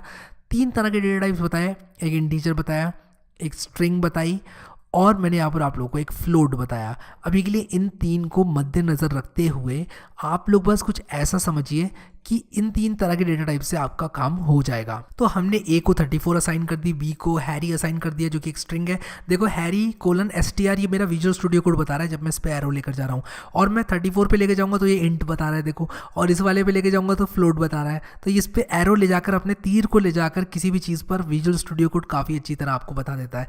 अब यहाँ पर बात करना चाहूँगा, अगर मान लो मैं यहाँ पर प्रिंट लिखूँ और मैं a+c लिख दूं, तब ये करेगा क्या, a और c में को जोड़ने की कोशिश करेगा। या फिर मैं काम करता हूँ, पहले a+3 करके आपको दिखाता हूँ। a+3 करूँगा तो 37 आना चाहिए, यानी कि 34 में 3 जोड़ दो 37 आना चाहिए। देखो 37 आ गया। ठीक है, उसी के साथ साथ अगर 3 ना जोड़ने की बजाय मैं 33 जोड़ने के लिए बोलता तो सिंपली 67 आ जाता लिखकर मेरे पास, तो उसमें कोई बड़ी चीज़ नहीं है। और उसी के साथ साथ अगर मैं यहाँ पर लिखूँ 44.32 और उसके बाद इसमें 33 जोड़ूँ, तब ये देखो यहाँ पर मुझे रिजल्ट मिल गया। और ए और सी को मैं डायरेक्टली जोड़ना चाहूँ a+c लिखकर, तो वो भी जो है यहाँ पर 79.32 हो चुका है। ठीक है, तो इस तरह से आप लोग यहाँ पर मैनिपुलेशन कर सकते हैं, प्लस माइनस टाइम्स डिवाइड, काफ़ी चीज़ें कर सकते हैं, और मैं वो आपके ऊपर छोड़ूंगा। जैसे कि मान लो आप यहाँ पर a+c करें, a में मैं 34 देता हूँ, c में मैं एक काम करता हूँ, मैं एक d बना लेता हूँ, डी में मैं 7 नहीं 2 देता हूँ। और मैं यहाँ पर एक काम करूँगा जल्दी से मुझे ए और डी का कराना था, तब बात वही है, ए और सी का भी मैं करा सकता हूँ, लेकिन मैं यहाँ पर करूँगा कुछ ऐसे कि a+d किया पहले मैंने, फिर उसके बाद मैं a-d करूँगा, फिर a×d करूँगा, और उसके बाद a/d करूँगा। और यहाँ पर देखो आपकी a सबसे पहले जुड़ जाएगा b में, 36 आ गया, माइनस हो गया, फिर उसके बाद मल्टीप्लाई हो गया, फिर डिवाइड हो गया। देखो जब मैंने डिवाइड किया तो ये 17.0 बता रहा है। अब ये क्योंकि डिविजिबल था इसलिए 0.0 आया है। अगर यहाँ पर 3 कर दूँ मैं, तब ये डिविजिबल नहीं रहेगा और पॉइंट में मुझे आंसर मिलेगा। तो मुझे फ्लोटिंग पॉइंट नंबर एक आंसर मिल रहा है, ये ध्यान देने लायक बात है। अब यहाँ पर एक चीज़ मैं आप लोगों को दिखाना चाहता हूँ, क्या मैं कुछ इस तरह से नाम दे सकता हूँ। मान लो मैंने एक स्ट्रिंग बनाई, मान लो कि मैंने एक हैरी प्रोजेक्ट नाम का वेरिएबल बनाने की कोशिश करी और मैं इसको रन करूं, तब मुझे एक एरर मिलेगा। ये कह रहा है कि इनवैलिड सिंटेक्स। अब आप सोचोगे मैंने हैरी प्रोजेक्ट नाम के वेरिएबल के अंदर, इस नाम के डब्बे के अंदर 45 रखा, मैंने क्या गुनाह किया। मैं बताता हूँ आपने क्या गुनाह किया। आपने यहाँ पर रूल्स को तोड़ दिया। वेरिएबल बनाने के कुछ रूल्स होते हैं। सबसे पहला रूल होता है कि it should start with a letter और अंडरस्कोर। तो मैं एक काम करूँगा, मैं इसको यहाँ पर कट करके नीचे लेके जाऊँगा और मैं यहाँ पर लिख देता हूँ कुछ इस तरह से कि दिस इज़ रॉन्ग सिंटेक्स। मैं यहाँ पर लिख देता हूँ ऊपर इसके रॉन्ग सिंटेक्स, और ये गलत सिंटेक्स है। और यहाँ पर मैं रूल्स लिख देता हूँ, रूल्स फॉर क्रिएटिंग वेरिएबल्स। ठीक है, और वेरिएबल्स को बनाने के लिए सिंपली आपको करना कुछ ऐसे है कि variable should start with a letter और एन अंडरस्कोर, और उसके बाद आप लोगों को लिखना है variable can not start with a number. ये नोट कर लेना आप, बहुत काम आएगा। एक नंबर से आप स्टार्ट नहीं कर सकते वेरिएबल का नाम। और मैं यहाँ पर पॉइंट वाइज लिख देता हूँ, ऐसे 1 2 3 4 करके लिख देता हूँ ताकि आप लोगों के लिए आसान रहे। उसी तरह आप लोग को करना क्या है कि एक और रूल को ध्यान में रखते हुए वेरिएबल्स बनाने हैं, और वो है कि it can only contain alpha numeric characters. और ये जो रूल है वो ये कहता है कि आपके A to Z 0 to 9 जो अल्फ़ा न्यूमेरिक कैरेक्टर्स हैं वही आने चाहिए। ये नहीं कि आप C* नाम का यहाँ पर एक वेरिएबल बना दें, नहीं नहीं नहीं, वो काम नहीं करेगा, वहाँ पर एरर मिलेगा आपको, ये बोलेगा क्या लिख दिया ये। तो ये नहीं करना है आपको, आप लोग एकदम सिंपल रखें। अगर आप स्टार्ट करना चाहते हैं अंडरस्कोर से, वो आप कर सकते हो। और उसी के साथ साथ मैं आपको बताना चाहूँगा कि जो वेरिएबल नेम होते हैं वो केस सेंसिटिव होते हैं। तो मैं यहाँ पर लिख देता हूँ variable names are case sensitive. तो वेरिएबल के नेम्स जो होते हैं वो केस सेंसिटिव होते हैं, इस बात का आपको ध्यान रखना है। इसका मतलब ये कि Harry and Harry are two different variables. तो ये जो हैरी और हैरी हैं, यानी कि एक में एच जो है कैपिटल से लिखा हुआ है और एक में एच स्मॉल से लिखा हुआ है, ये दो अलग अलग बातें हो जाती हैं पाइथन के लिए। तो ये 4 रूल्स थे वेरिएबल बनाने के। वेरिएबल क्या होता है? कुछ नहीं होता है, एक डब्बा होता है जी, जिसके अंदर आप या तो कोई स्ट्रिंग रख सकते हैं या फिर कोई नंबर रख सकते हैं, और पाइथन ऑब्जेक्ट भी रख सकते हैं, जिनकी बात करेंगे अभी थोड़ी देर में। अभी के लिए आप बस इतना समझ लो कि वेरिएबल में कोई भी चीज़ रख सकते हैं, जो यहाँ पर होगी वो इस वेरिएबल में आ जाएगी। अब यहाँ पर मैं आप लोगों को बताना चाहूँगा कुछ चीज़ों के बारे में, जैसे कि एक वेरिएबल का टाइप किस तरह पता करते हैं। अब मान लो कि मैंने टाइप ए नाम से एक वेरिएबल बनाया और मैंने उसको कह दिया कि मुझे ए का टाइप बताओ। तो मैं कुछ इस तरह लिख सकता हूँ कि जी टाइप ए के अंदर डाल दो टाइप ऑफ है। अब टाइप एक फंक्शन होता है जो मुझे बताता है कि किस टाइप का वेरिएबल है। अब मान लो मैं प्रिंट करता हूँ इस टाइप ए को मैं प्रिंट कर रहा हूँ, कैपिटल ए था, कंट्रोल एस किया, इसको मैंने रन किया, और जैसे ही रन करूँगा देखो मुझे बता रहा है क्लास इंट। ये कह रहा है ये इंट क्लास का है, यानी कि ये एक इंटीजर है। उसी के साथ साथ अगर मैं बी की जो टाइप है वो पता करना चाहूँ, कंट्रोल डी करता हूँ, यहाँ पर बी लिखता हूँ, यहाँ पर भी बी लिख देता हूँ, और यहाँ पर भी जो है बी लिख देता हूँ। तब बी का टाइप मुझे बता देगा, कहेगा कि ये स्ट्रिंग है, आपकी जो बी है वो आपने स्ट्रिंग बनाई थी, क्लास str मुझे दे देगा ये। तो इस तरह आप लोग क्या कर सकते हैं, एक वेरिएबल का टाइप बता सकते हैं कि वो किस टाइप का बना था। जैसे कि मान लो कि मैंने 31 लिखा, कुछ इस तरह से a इज इक्वल टू 31 किया, या फिर कुछ इस तरह से a इज इक्वल टू 31 किया। इन दोनों में अंतर है, पहला वाला जो है वो 31 नंबर है और दूसरी वाली जो है वो 31 स्ट्रिंग है। तो 31 नंबर और 31 स्ट्रिंग में डिफरेंस है, और मैं चाहता हूँ कि आप इस डिफरेंस को समझें। जैसे कि आप लोगों ने ऑलरेडी देख ही लिया कि मैं ए की वैल्यू को चेंज भी कर सकता हूँ। तो जैसे कि मैंने, आप लोग देखो यहाँ पर ए में 34 लिखा था, उसके बाद मैंने अचानक से यहाँ पर 31 लिख दिया, तो ये अलाउड होता है। आप एक कंटेनर के अंदर दाल निकाल कर चावल भी डाल सकते हैं, यानी कि आप उस कंटेनर के अंदर कोई भी चीज़ है वो डाल सकते हैं, उसका डेटा टाइप भी चेंज कर सकते हैं। पहले उसमें नंबर था, बाद में स्ट्रिंग आ गई है, तो वो एकदम ओके है, वो चलेगा। तो a इज इक्वल टू 31 मैंने लिखा, और अगर मान लो मैं यहाँ पर लिख देता हूँ प्रिंट a, या फिर एक काम करता हूँ ऑल टुगेदर एक e नाम का नया वेरिएबल बना लेता हूँ, और मैं कहूँगा e इज इक्वल टू 31, और मैं ये कमेंट आउट कर देता हूँ क्योंकि ये मैंने बता दिया आपको टाइप।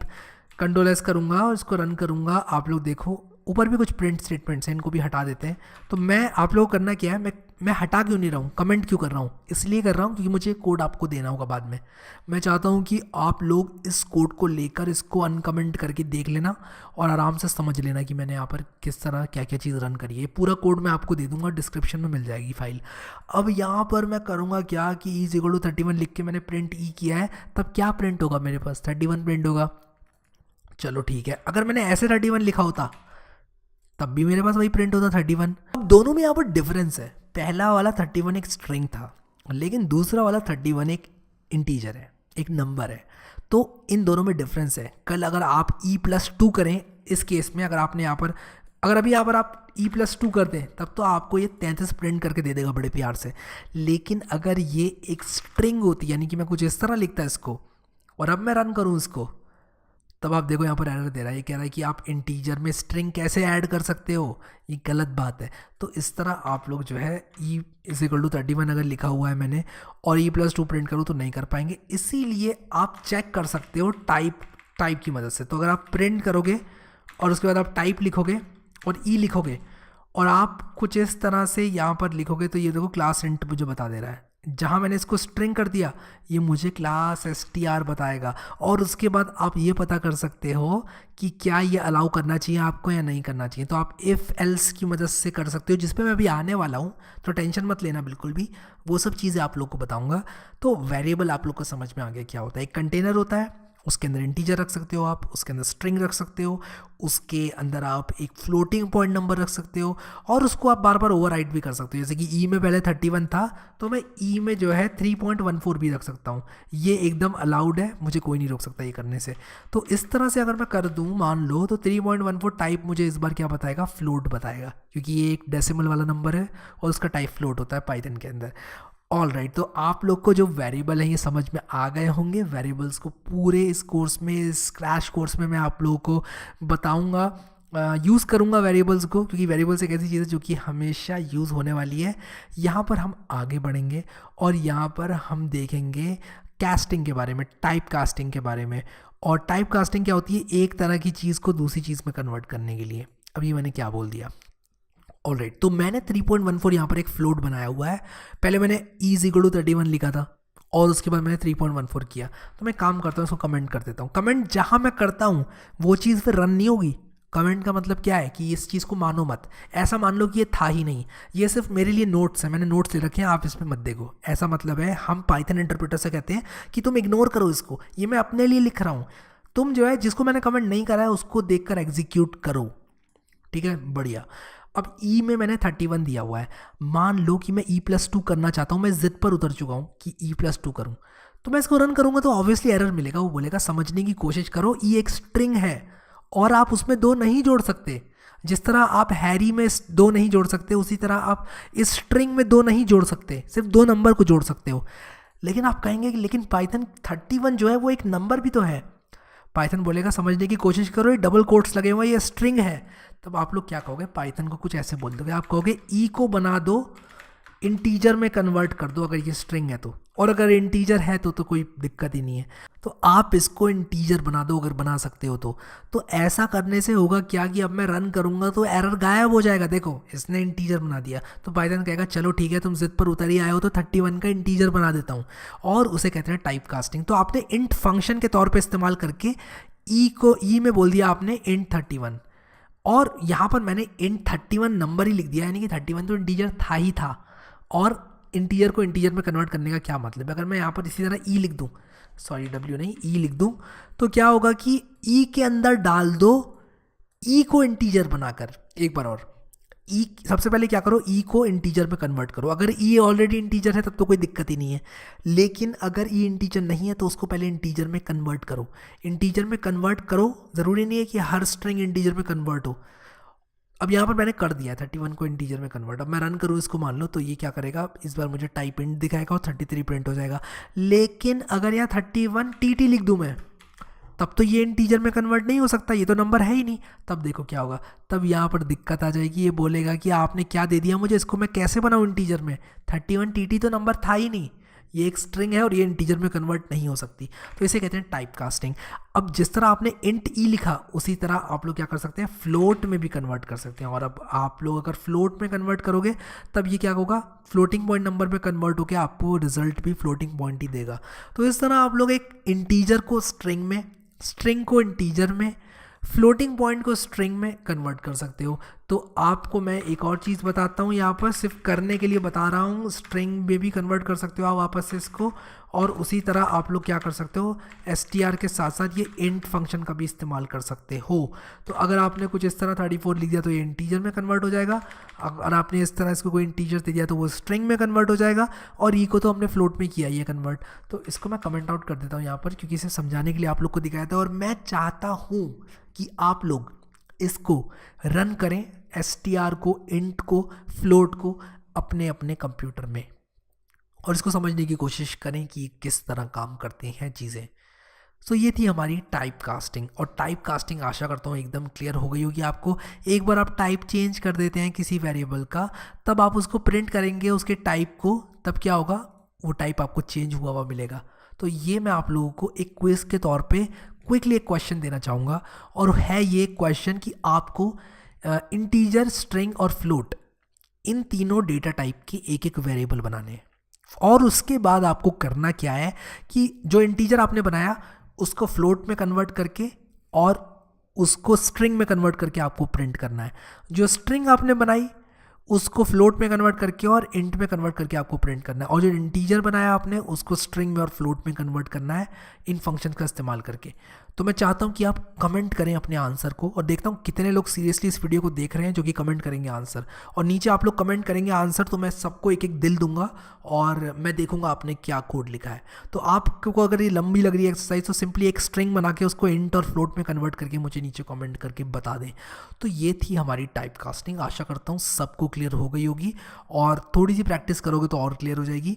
आगे बढ़ते हैं अगले टॉपिक पर, और यहाँ पर हम लोग करेंगे क्या, स्ट्रिंग्स को समझेंगे, थोड़ा सा स्ट्रिंग्स को और ध्यान से समझेंगे और उसके बाद हम आगे बढ़ेंगे। सो गाइस, अगर मैं स्ट्रिंग की बात करूं यहाँ पर, तो मैं आप लोगों को बताता हूँ कि कोई भी चीज़ अगर आप लोग देखते हैं यहाँ पर टेक्स्ट के रूप में तो वो एक स्ट्रिंग ही होती है। जैसे कि मान लो मैं अपना नाम लिख देता हूँ, या फिर मान लो मैं कुछ आप लोगों को लिख कर देता हूँ, इनफैक्ट ये जो मैं लिख रहा हूँ ये सब एक स्ट्रिंग ही है। तो पाइथन के अंदर स्ट्रिंग को मॉडल करना बहुत ज़्यादा इंपॉर्टेंट है। इस पॉइंट पर अगर मैं अपने प्रोग्राम को रन करूं तो आप लोग यहाँ पर देख सकते हैं कि ये मुझे यहाँ पर फ्लोट दिखा रहा है और ये दिखा रहा है। तो ये दोनों जो प्रिंट स्टेटमेंट में मैं इनको कमेंट आउट कर देता हूँ। अब मैं आपको यहाँ पर एक स्ट्रिंग बना के दिखाता हूँ। तो मैं अगर name is equal to double quote में यहाँ पर हैरी लिखूँ और उसके बाद मैं यहाँ पर प्रिंट हैरी लिख दूँ, सॉरी प्रिंट नेम लिख दूँ, क्योंकि जो कंटेनर है हमारा उसका नाम नेम है, डब्बे का नाम नेम है। तो कहीं भी मैं इसको रेफरेंस करूँगा तो नेम से करूँगा, इसके नाम से करूँगा, इसको पूरा इसको लेकर नहीं जाऊँगा, मैं नाम इसका लूँगा। तो कभी भी आपका नाम कोई लेता है तो मतलब वो आपकी बात कर रहा है। तो मैं यहाँ पर अगर नेम कह रहा हूँ तब मैं हैरी की बात कर रहा हूँ। अगर अभी इस प्रोग्राम को मैं रन करूँगा तो देखो हैरी आ गया। अगर मैं इसी चीज़ को सिंगल कोट्स में लिखता कुछ इस तरह से, तब यहाँ पर क्या है, मैं इसको रन करूँगा अगर तो एकदम वही आउटपुट मुझे दिखेगा। और अगर मैं इसको ट्रिपल कोट्स में लिख दूँ, अगर मान लो कि मैं कुछ ऐसे लिखना चाहूँ, Harry is a good boy, और अभी मैं इसको अगर रन करूं तब ये मुझे एरर देगा, क्योंकि नई लाइन में आकर मैं कुछ इस तरह से नहीं लिख सकता। इस प्रॉब्लम से यहाँ पर बचने के लिए आप लोग यहाँ पर ट्रिपल कोट्स ऐसे लगाते हैं। अब हम लोगों ने देखा था जो ट्रिपल कोट्स होते हैं, ट्रिपल सिंगल कोट्स, वो सिंगल लाइन कमेंट होते हैं। तो अगर अभी मैं कुछ इस तरह से लिखूँ, इसको सेव करके और आपको रन करके दिखाऊँ, तब यहाँ पर सिंगल लाइन कमेंट के साथ साथ आप अपनी स्ट्रिंग्स को भी इस तरह से मॉडल कर सकते हैं। तो अगर आपने ट्रिपल कोट्स लगा के ऐसे स्ट्रिंग को रिप्रेजेंट किया तो एज इट आपकी ये प्रिंट हो जाएगी। तो मैं आशा करता हूँ कि क्लियर हो गया होगा आप लोगों को स्ट्रिंग क्या होती है। हमने एक स्ट्रिंग बनाई, हमने मल्टी लाइन स्ट्रिंग बनाई, उसी के साथ साथ हम लोगों ने यहाँ पर काफ़ी चीज़ें देखी। स्ट्रिंग्स को अब स्लाइस करना देख लेते हैं। अगर मैं यहाँ पर नेम ज़ीरो लिखूँ, अब आप लोग कहोगे ये क्या लिख दिया मैंने, तो ये सिंटैक्स है नेम ज़ीरो। अगर मैं कुछ इस तरह लिख के प्रिंट करूँ तब होता क्या है कि मैं ये कह रहा हूँ कि जो नेम नाम की स्ट्रिंग है इसका मुझे ज़ीरो कैरेक्टर दे दो। मैं वापस से अपनी स्ट्रिंग को हैरी से रिप्लेस कर दूंगा कुछ इस तरह से। और एक और बात आप लोगों को बताना चाहता हूँ कि ये जो हमने बनाई थी स्ट्रिंग, इसमें आप ट्रिपल कोट्स का भी इस्तेमाल कर सकते हैं। अब यहाँ पर मैं इसको वापस से हैरी कर देता हूँ, चीज़ें ताकि सिंपल रहें। अब मान लो मैंने यहाँ पर प्रिंट लिखा, नेम ज़ीरो लिख दिया, ठीक है। नेम ज़ीरो लिखने का मतलब यहाँ पर है कि जो नेम है उसका पहला कैरेक्टर, और नेम वन लिखूंगा तो उसका दूसरा कैरेक्टर। अब आप कहोगे ये ज़ीरो से स्टार्ट क्यों हो रहा है, वन से क्यों नहीं स्टार्ट कर रहे हैं गिनती।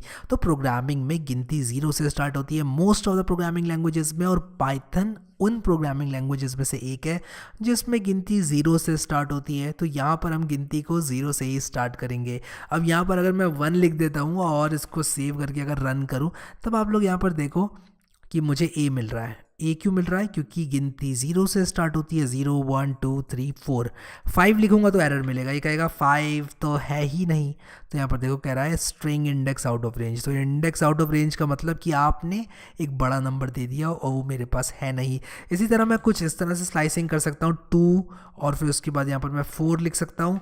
तो यानी कि इसका मतलब ये हो गया, अगर मैं 2 और यहाँ पर कोलन लिख के 4 करूँ तब ये आर आ रहा है। तो ये 0 1 2 से स्टार्ट करते हुए 3 तक जाएगा ये यहाँ, यानी कि इसका एक घटा के, समझ रहे हैं आप मेरी बात को। तो इसमें से एक घटा के तक जाएगा, यानी कि 2 से लेके 3 तक जाएगा। तो 0 1 2 और 3 आ जाएगा इसमें, ठीक है। अगर यहाँ पर मैं 5 लिख देता और उसके बाद में इसको रन करता, तब यहाँ पर RR5 आ जाता, क्योंकि यहाँ पर क्या है कि देखो इसमें 5 - 2 जो हमारा रिजल्ट है उसमें उतने कैरेक्टर्स होने हैं, इस बात का आपको ध्यान रखना है। तो 0 1 2 2 पर क्या है 2 पर आर है मेरा, तो 2 यहाँ पर स्टार्ट हो रहा है मेरा, 2 आएगा, 3 आएगा, 4 आएगा, 5 नहीं आएगा, क्योंकि ये लास्ट वाला जो है काउंट नहीं करता है। तो इस तरह से स्लाइसिंग होती है हमारी स्ट्रिंग की। और मैं आशा करता हूँ क्लियर हो गई होंगी अब तो चीज़ें आप लोगों को। अब हम स्ट्रिपिंग की तरह सी बात कर लेते हैं यहाँ पर। अगर मैं चाहता हूँ इस स्ट्रिंग को प्रिंट करना और मैं यहाँ पर स्ट्रिप लिख देता हूँ, तो स्ट्रिप क्या करता है, सिंपली इसमें से जो स्पेसेस मैं एक्स्ट्रा दे रहा हूँ उनको हटा देता है। अगर मैं मान लो ये स्ट्रिप फंक्शन नहीं लगाता, तो सबसे पहले एक काम करता हूँ कि स्ट्रिप फंक्शन ना लगा के आपको दिखाता हूँ कि अगर मैं स्ट्रिंग को प्रिंट करूँगा तो क्या आएगा। ऑब्वियस सी बात ये है कि ये ऐसे के ऐसे ही प्रिंट हो जाएगा स्पेसेस के साथ। देखो यहाँ स्पेसेस आई, एंड में स्पेसेस आ गई। अगर मैं चाहता हूँ कि यहाँ पर स्पेसेस ना आए, तब मैं स्ट्रिप कर दूंगा और शुरू में और आखिर में जो भी फालतू स्पेसेस हैं ये मुझे काट के दे देगा। इसके बाद एक बहुत इंपॉर्टेंट चीज़ होती है, वो ये होती है कि आप एक स्ट्रिंग की लेंथ जानना चाहते हैं। मैं इसको वापस से हैरी बना देता हूँ। एक स्ट्रिंग की लेंथ को जानने के लिए आप लोग को लिखना पड़ता है लेंथ ऑफ नेम। तो मैं यहाँ पर लिख दूंगा लेन ऑफ नेम, और यहाँ पर मैं इसको प्रिंट को कमेंट आउट कर दूंगा और इसको मैं रन करूंगा। तो लेंथ इसकी 5 बता रहा है, 1 2 3 4 5। तो यहाँ पर इसकी जो लेंथ है वो 5 बता रहा है। अब आप कहोगे यहाँ 0 से क्यों नहीं काउंट किया मैंने। देखो लेंथ का मतलब होता है लंबाई, लेंथ का मतलब होता है उसमें कितने कैरेक्टर्स हैं, तो वो 5 ही रहने वाले हैं। चाहे 0 से कर लो गिनती या कितने से भी कर लो। कितने कैरेक्टर्स हैं इसमें, 5 कैरेक्टर्स हैं, 1 2 3 4 5। इस सत्य को कोई बदल नहीं सकता। उसी के साथ साथ हम यहाँ पर करेंगे क्या, अगर मान लो मैंने कुछ इस तरह से लिखा, तो मैं एक काम करता हूँ, इसको कमेंट आउट करता हूँ और मैं यहाँ पर एक नया वेरिएबल बना देता हूँ और उसका नाम मैं रख देता हूँ b, या फिर एक काम करता हूँ उसका नाम मैं var रख देता हूँ और मैं कहूँगा var is equal to name dot lower. तो लोअर एक फंक्शन होता है और मैं प्रिंट var कर दूंगा, तो var के अंदर आ जाएगा नेम डॉट लोअर। और इसको मैं रन करके आप लोग को दिखा देता हूँ। अब नेम डॉट लोअर करने से क्या हुआ कि ये लोअर केस में आ गया। अगर मैं इसको अपर कर देता और इसको सेव करके रन करूँ, तब आप देखो कि इसके सारे कैरेक्टर्स अपर केस में आ गए। तो अगर पूरी स्ट्रिंग को अपर केस या लोअर केस में कन्वर्ट करना है, तब आप क्या करोगे, आराम से आप लोग यहाँ पर डॉट अपर फंक्शन का इस्तेमाल कर लेना। अब यहाँ पर मैं आप लोग को बताना चाहता हूँ रिप्लेस फंक्शन के बारे में। तो अगर मैं रिप्लेस करना चाहूँ आर को टी से, तो मैं यहाँ पर आर लिखूंगा कैरेक्टर अपना और फिर उसके बाद टी लिखूंगा। तो मैं कहूँगा HARRY को HATTY कर दो। तो मैं ये जैसे ही करूँगा, आप लोग देखो ये HATTY हो गया। अगर मैं यहाँ पर AR को रिप्लेस करूँ टी से, तब क्या होगा, सिर्फ AR रिप्लेस होगा मेरा टी से। तो देखो जहाँ पर भी इसको AR मिला, इसने टी से रिप्लेस कर दिया। अब यहाँ पर कई बार आप लोगों को कुछ इस तरह से चीज़ दी जाती है, आप लोगों से कहा जाता है कि इसमें 5 नाम है। मान लो इसमें 5 नाम है, मैं कुछ इस तरह से लिखूँ हैरी, शुभम, और उसके बाद आप लोग मान लो किसी और को विक्रांत, और आप लोग चाहते हैं कि आप ये सारे के सारे जो नाम हैं इनमें से कॉमा हटा दें, तब आप लोग कॉमा को रिप्लेस कर सकते हैं ब्लैंक से। तो मैं कुछ ऐसे कर सकता हूँ var is equal to name dot replace, और मैं कुछ इस तरह से लिख सकता हूँ कॉमा को रिप्लेस कर दो किससे, कुछ इस तरह ब्लैंक से रिप्लेस कर दो, यानी कि कॉमास को रिमूव कर दो। या फिर मैं एक काम कर सकता हूँ, कॉमा को रिप्लेस कर सकता हूँ \n से। \n एक न्यू लाइन कैरेक्टर होता है। न्यू लाइन कैरेक्टर का मतलब ये होता है नई लाइन, एक नई लाइन आ जाएगी। देखो हैरी के बाद एक नई लाइन आ गई, तो \n एक ही कैरेक्टर होता है, लेकिन ये जहाँ भी आप लिख देते हो ना, वहाँ पर एक नई लाइन स्टार्ट हो जाती है। तो ये था हमारा यहाँ पर किस तरह से हम लोग रिप्लेसिंग कर सकते हैं। अब अगर आप सोच रहे हो कि ये स्पेस क्यों आ रही है यहाँ पर, ये अच्छा नहीं दिख रहा है, तो आप कॉमा स्पेस को रिप्लेस कर दो न्यू लाइन से, तब एकदम तीनों के तीनों बराबर आ जाएंगे। देखो तीनों के तीनों बराबर आ गए, क्योंकि जहाँ पर कॉमा स्पेस था वहाँ मैंने नई लाइन से रिप्लेस कर दिया, जहाँ पर कॉमा स्पेस था नई लाइन से रिप्लेस कर दिया। तो इस तरह जो है आप लोग अपनी इस आउटपुट को थोड़ा और खूबसूरत बना सकते हैं। अब आप में से कई लोग सोच रहे होंगे किस तरह दो स्ट्रिंग्स को जोड़ें।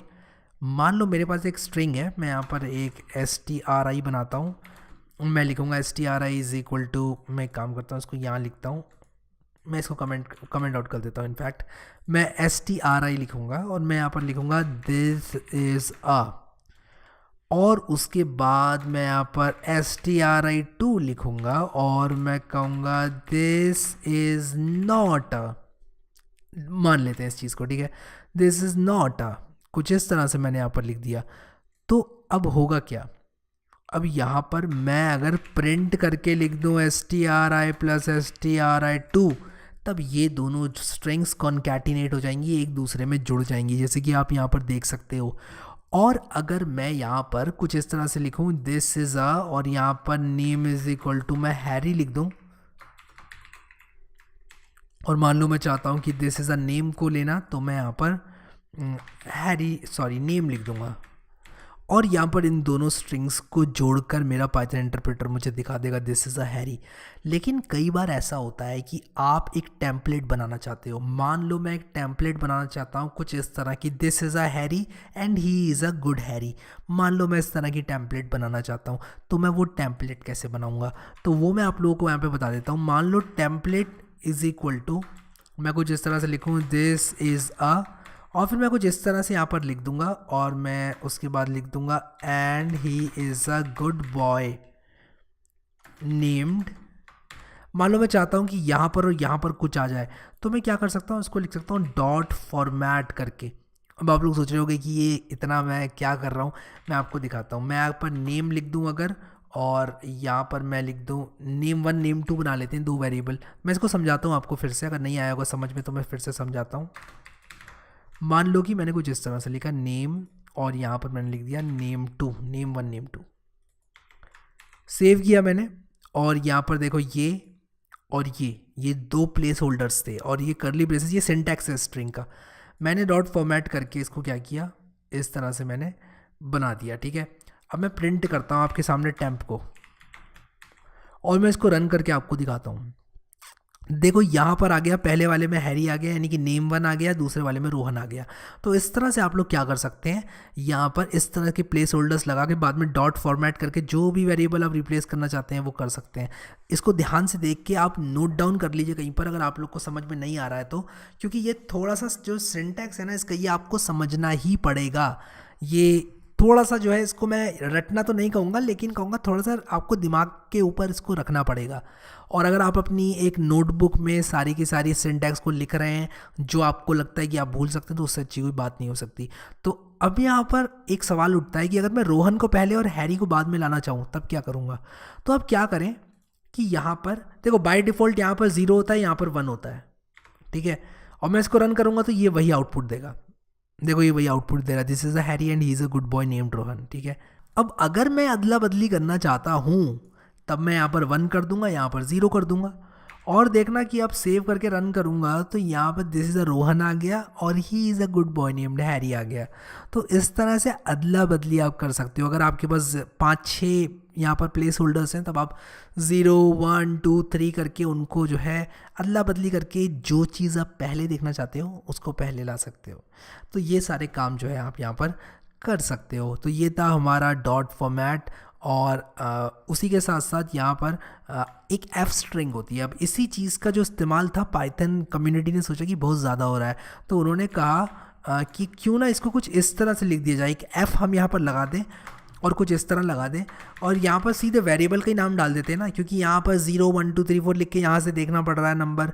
तो क्यों ना कुछ ऐसा बना दें कि हम name1 को डायरेक्टली यहाँ लिख दें, और उसके बाद and he is a good boy, और फिर यहाँ पर name2 कर दें। यानी कि ये जो जहाँ पर 0 1 2 3 4 लिख रहे हैं और फिर डॉट फॉर्मेट की मदद से ये लिख रहे हैं, तो क्यों ना वहाँ पर सीधे नाम लिख दें, ऐसा पाइथन कम्युनिटी ने सोचा। तो 3.6 ऑनवर्ड्स एक एफ स्ट्रिंग इंट्रोड्यूस की गई पाइथन 3 में, और यहाँ पर आप देखो कि अगर मैं इसको कमेंट आउट कर दूँ और इसको कुछ इस तरह लिखूँ और टेम्प को प्रिंट करूँ तो ये name1 को रिप्लेस कर देगा। देखो यहाँ पर हैरी आ गया, यहाँ रोहन आ गया। अब अगर मैं अदला बदली करना चाहता हूँ तो name2 यहाँ कर दूंगा, name1 यहाँ कर दूंगा। और ये जो एफ स्ट्रिंग है ये बहुत ज़्यादा अच्छा फीचर है, ध्यान से आप इसको याद रखना। बस यहाँ पर एफ़ लगा देना है आपको, और अगर एफ़ नहीं लगाते हो बाई चांस आप, तब क्या होगा, तब कुछ नहीं होगा जी, ऐसे कैसे प्रिंट हो जाएगी स्ट्रिंग। कभी हो सकता है कि आप कुछ इस तरह का प्रिंट करना चाहते हो, तो बताने के लिए अपने इंटरप्रेटर को पाइथन भैया से कहने के लिए कि पाइथन भैया मैं एफ स्ट्रिंग यूज़ करना चाहता हूँ, जिसका मतलब है कि मैं name2 को इस स्ट्रिंग में यहाँ पर रिप्लेस करना चाहता हूँ, name1 को यहाँ पर रिप्लेस करना चाहता हूँ। तो पाइथन भैया समझ जाएंगे, कहेंगे ओके ठीक है, मैं आपको जो स्ट्रिंग दूंगा वो उसमें name2 यहाँ रख दूंगा, name1 यहाँ रख दूंगा, ताकि आप खुश रहें। तो इस तरह से ये पाइथन जो है आप लोगों के लिए इतनी अच्छी कन्वीनियंस लेकर आता है। अगर मैं ऑपरेटर्स की बात करूं पाइथन में, तो ऑलरेडी मैंने वैसे बता दिया है यहाँ पर, प्लस माइनस टाइम्स डिवाइड। और उसी के साथ साथ मैं एक दो ऑपरेटर और आप लोगों को बताता हूँ जो कि आप खुद ट्राई करेंगे। तो ये आपकी क्विज रहेगी, और क्विज रहेगी आपकी ट्राई दीज ऑपरेटर्स, ठीक है। नंबर 1 आपको ट्राई करना है स्टार स्टार, ये होता है एक्सपोनेंट, ठीक है, एक्सपोनेंशिएशन ऑपरेटर। और उसी के साथ साथ मेरे पास एक और ऑपरेटर है फ्लोर डिवीजन, ठीक है। उसी के साथ साथ मेरे पास एक और ऑपरेटर है मॉड्यूलो ऑपरेटर, मॉड्यूलो ऑपरेटर, ठीक है। तो ये ऑपरेटर है मेरे पास। तो ये आप लोग जो है ज़रूर से इसको देखें क्या करता है ये एक्सपोनेंशिएशन ऑपरेटर, क्या करता है। जैसे 2 और 3 का कर दिया आपने तो 2⁻³ प्रिंट कर देगा। फ्लोर डिवीजन ऑपरेटर क्या करेगा, डिवाइड कर देगा लेकिन एक इंटीजर रिटर्न करेगा। तो 3/2 करते हो तो 1 आएगा, ठीक है। और मॉड्यूलो ऑपरेटर क्या करता है, मॉड्यूलो ऑपरेटर आपका रिमाइंडर बताता है। तो ये थे हमारे कुछ और थोड़े से मिसलेनियस ऑपरेटर, मैं इसको यहाँ पर कमेंट आउट कर देता हूँ। और ये आपका होमवर्क है, ये आपकी क्विज है, ईमानदारी से सॉल्व करके कमेंट अगर आप डाल दोगे नीचे तो शायद आप लोग थोड़ा अच्छा सीख पाओगे। तो उसी के साथ साथ मैं अब करूँगा क्या, यहाँ पर आप लोगों को लेकर चलूँगा सीधा लिस्ट के अंदर। हमारी बहुत सारी प्रोग्रामिंग लैंग्वेजेस के अंदर एरे के नाम से एक डेटा स्ट्रक्चर होता है, और पाइथन के अंदर हमारे पास लिस्ट होती हैं। और लिस्ट और एरेज जो होते हैं पाइथन की लिस्ट और जो एरेज होते हैं जनरली प्रोग्रामिंग लैंग्वेज में, वो दोनों एक कलेक्शन होती हैं, और ऑर्डर्ड और चेंजेबल होती है वो कलेक्शन। और उसी के साथ साथ मैं यहाँ पर आपको बताना चाहता हूँ कि वो डुप्लीकेट मेंबर्स को भी अलाउ करती है। तो अगर मैं यहाँ पर लिखूँ पाइथन कलेक्शंस, और मैं सिर्फ यहाँ पर लिस्ट की बात नहीं कर रहा हूँ, मैं यहाँ पर इसको कमेंट आउट करूँगा ताकि हमारा प्रोग्राम कुछ भी प्रिंट ना करे, और मैं रन करूँ तो एकदम सादा प्रोग्राम मुझे यहाँ पर मिल जाए। और यहाँ पर देखो मैंने ये लिख दिया है, मुझे कमेंट करना चाहिए, और मैं इसको मल्टी लाइन कमेंट के रूप में लिखना चाहूँगा। तो मैं कुछ ऐसे कर लूँगा, और मैं यहाँ पर करूँगा क्या, स्पेस बना के इसको ऊपर ले जाऊँगा। तो ऑल्ट और एरो की जो होती है वो यूज़ करके आप ऊपर नीचे ले जा सकते हो विजुअल स्टूडियो कोड में। ऑल्ट दबाना और एरो कीज ऊपर नीचे दबाना, तो जो भी लाइन है वो आपकी मूव करने लग जाएगी। तो ये आप यूज़ कर सकते हो फीचर। तो पाइथन कलेक्शंस में सबसे पहला तो होता है लिस्ट, ठीक है। दूसरा होता है हमारे पास टपल, तीसरा होता है हमारे पास सेट, और चौथा हमारे पास होता है डिक्शनरी। और इन चारों को हम लोग डिटेल में भी देखते हैं कि क्या क्या होता है और कब कब आपको यूज़ करना चाहिए। तो सबसे पहले हमारी लिस्ट होती है, मैं LST यहाँ पर लिखूँगा, और उसके बाद मैं LST लिखने के बाद यहाँ पर एक इस तरह से स्क्वायर ब्रैकेट बनाऊँगा, और मैं कुछ इस तरह लिख दूँगा 1 2 3 4 6 और 41, ठीक है, 41, ठीक है। और एक काम करता हूँ यहाँ पर 61 से चालू करता हूँ। और मैंने यहाँ पर जब बनाई और मैं इसको प्रिंट करूँ तो ये क्या है, ये एक लिस्ट ऑब्जेक्ट बन गया है। तो हम यहाँ पर इस ऑब्जेक्ट को प्रिंट करें तब ये देखो कुछ इस तरह से प्रिंट हो गया है। अगर मैं यहाँ पर इसका टाइप प्रिंट करूँ तो मैं अगर यहाँ पर मैं काम करता हूँ वापस से वैर बना लेता हूँ, और यहाँ पर टाइप ऑफ LST करूँ और यहाँ पर वैर को प्रिंट करूँ, तो वैर के अंदर आ जाएगा टाइप ऑफ LST और वैर प्रिंट होगा। तो क्या मुझे देगा ये, इसका टाइप जो भी है। तो ये कह रहा है ये लिस्ट क्लास का एक ऑब्जेक्ट है। अब ये क्लास और ऑब्जेक्ट क्या होता है इसकी टेंशन ज़्यादा मत लो, बस आप ऐसा समझ लो यहाँ पर कि हर चीज़ पाइथन के अंदर जो भी हम वेरिएबल वगैरह बना रहे हैं वो एक ऑब्जेक्ट होता है, और वो ऑब्जेक्ट जो है वो किसी एक क्लास का होता है। तो जो इंट मैंने बताया आपको, फ्लोट मैंने बताया, ये सब एक क्लास है, ठीक है। और ये एक नई क्लास का ऑब्जेक्ट है जिसका नाम है लिस्ट। और लिस्ट जैसे कि नाम ही बता रहा है लिस्ट का कि क्या होती है लिस्ट, यहाँ पर आप बस इतना समझो कि ये कलेक्शन होता है, एक ऑर्डर्ड और चेंजेबल कलेक्शन होता है। तो अगर मैं यहाँ पर कुछ इस तरह लिख दूँ कि var is equal to LST और 0, जिस तरह मैं स्ट्रिंग्स की स्लाइसिंग कर रहा था उसी तरह मैं लिस्ट की भी स्लाइसिंग कर सकता हूँ। देखो 61 आ गया, और यहाँ पर अगर मैं 2 कर देता हूँ तो 0 से गिनती स्टार्ट होगी, और क्या आएगा 0 1 2 3 आना चाहिए। देखते हैं सब कुछ ठीक हुआ तो 3 आएगा, ऑब्वियसली 3 आएगा, तो 3 आ गया। अब यहाँ पर अगर मैं कुछ इस तरह से लिख दूँ 1 2 4 तो क्या होगा, 0 1 आएगा, 2 आएगा, 3 आएगा। तो 2 3 4 आना चाहिए इसका जो आउटपुट है। तो देखो 2 3 4 आ गया। तो ये जो 4 वाला होता है उसको नहीं मानता है। क्यों नहीं मानता है, क्योंकि जो नई लिस्ट बनेगी as a result of this उसमें नंबर ऑफ एलिमेंट्स होंगे 4 - 1, तो इसमें 3 एलिमेंट्स होने चाहिए। तो 1 को ले लेगा, 2 को ले लेगा, 3 को ले लेगा, 4 को नहीं लेगा। ठीक है, तो इस तरह से आप लोग यहाँ पर इसको ऐसे प्रिंट कर सकते हैं। और प्रिंट करने के बाद मैं यहाँ पर आप लोगों को लिस्ट के बारे में कुछ और चीज़ें भी बताता हूँ। अगर मैंने यहाँ पर देखो लिस्ट 2 प्रिंट किया था, मैं इसको ज़रा कमेंट आउट कर देता हूँ। लिस्ट 2 मैंने प्रिंट किया था यहाँ पर, मैं रन करता हूँ उसको, तो यहाँ पर 3 आ गया था। मैं यहाँ पर LST2 को चेंज भी कर सकता हूँ। अगर मैं यहाँ पर LST2 को मान लो 45 कर देता हूँ और इसको रन करता हूँ, तो इस बार मुझे 45 मिलेगा। और अगर मैं लिस्ट को भी प्रिंट करता हूँ ना, अगर मान लो मैं list var is equal to LST कर देता हूँ मान लो मैं, तो लिस्ट को भी अगर मैं प्रिंट करता हूँ तब भी मुझे अपनी लिस्ट में 45 मिल जाएगा यहाँ पर, क्योंकि मैं अपनी लिस्ट को चेंज कर सकता हूँ, आइटम को एक्सेस कर सकता हूँ, आइटम को चेंज भी कर सकता हूँ। और मैं उसी के साथ साथ क्या करता हूँ, मैं उसी के साथ साथ यहाँ पर लिस्ट के आइटम्स को चेंज करके अगर लिस्ट को प्रिंट करता हूँ तब मुझे वहाँ पर चेंज मिलता है अपनी ओरिजिनल लिस्ट में। अगर मैं यहाँ पर मैं कंट्रोल D दबा रहा हूँ, बाय द वे अगर आप लोग को नहीं पता हो, कंट्रोल// दबा रहा हूँ कमेंट अनकमेंट करने के लिए। तो यहाँ पर अगर मैं टाइप, मैंने तो दिखा दिया है आप लोगों को, टाइप के साथ साथ लेंथ अगर आप लोग जानना चाहते हैं इसकी, तब इसमें कितने आइटम हैं वो len फंक्शन से आपको मिल जाएगा। और len लिखकर अगर आप ऐसे करते हैं तो ये देखो 6 आ गया, 1 2 3 4 5 6।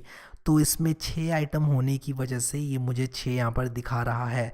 अब यहाँ पर एक चीज़ आप लोगों को दिखाना चाहता हूँ, मैंने यहाँ पर लिस्ट, मैं ये लेंथ को कमेंट कर देता हूँ ताकि मैं अगर इसको रन करूँ तो मुझे लिस्ट मिले अपनी। इस लिस्ट को प्रिंट करने से पहले अगर मैं यहाँ पर lst.append कर दूँ और यहाँ पर 100 लिख दूँ और अब इसको सेव करके रन करूँ, तो ये जो .append फंक्शन होता है वो लिस्ट के एंड में एलिमेंट को ऐड कर देता है। यानी कि जो भी लिस्ट थी मेरी उसके एंड में एलिमेंट को ऐड कर दो। अब आप सोच रहे होंगे मैं ये कर क्या रहा हूँ, देखो मैं एक var नाम का वेरिएबल मैंने बना रखा है ताकि बार बार मुझे प्रिंट ना लिखना पड़े, मैं उस var के अंदर ही सब कुछ ओवरराइट कर दे रहा हूँ। तो यहाँ पर मैंने यहाँ तक जो कुछ भी किया है उसको आप इग्नोर करो और सिंपली क्या होगा, पहले लिस्ट बनेगी, फिर var के अंदर मेरी टाइप आ जाएगा लिस्ट का, फिर मैं कुछ यहाँ पर list2 को चेंज कर रहा हूँ, फिर मैं कह रहा हूँ var is equal to list2। अब var के अंदर जो भी पहले था वो सब मिट चुका है, अब list2 आ चुका है, फिर से मैंने var को ओवरराइट कर दिया, जो था var के अंदर वो मिट चुका है, अब LST आ चुका है var के अंदर, इसलिए यहाँ पर LST प्रिंट हो जाएगा। अब क्योंकि LST में कुछ चेंजेस आए, एक तो चेंज मैंने यहाँ पर किया है, मैंने कहा LST 245 कर दो, तो 3 की जगह 45 आ गया। उसी के साथ साथ मैंने कहा कि लिस्ट के एंड में एक एलिमेंट जोड़ दो, जिसको अपेंड फंक्शन की मदद से किया मैंने, कि लिस्ट के एंड में एक एलिमेंट जोड़ दो और वो एलिमेंट क्या होना चाहिए, 100 होना चाहिए। अब यहाँ पर एक आइटम को ऐड करने के लिए किसी स्पेसिफिक पोजीशन में आप इंसर्ट का इस्तेमाल कर सकते हैं। जैसे कि मान लो मैं यहाँ पर, मैं इसको कमेंट आउट कर देता हूँ, अपेंड को कमेंट आउट कर देता हूँ और मैं अपेंड की जगह यहाँ पर इंसर्ट लिखूँगा और इंसर्ट लिख के 1,100 लिखूँगा। तो मैं यहाँ पर ये कह रहा हूँ कि जो 100 है ना उसको क्या करो, इंडेक्स नंबर 1 होनी चाहिए उसकी नई लिस्ट में।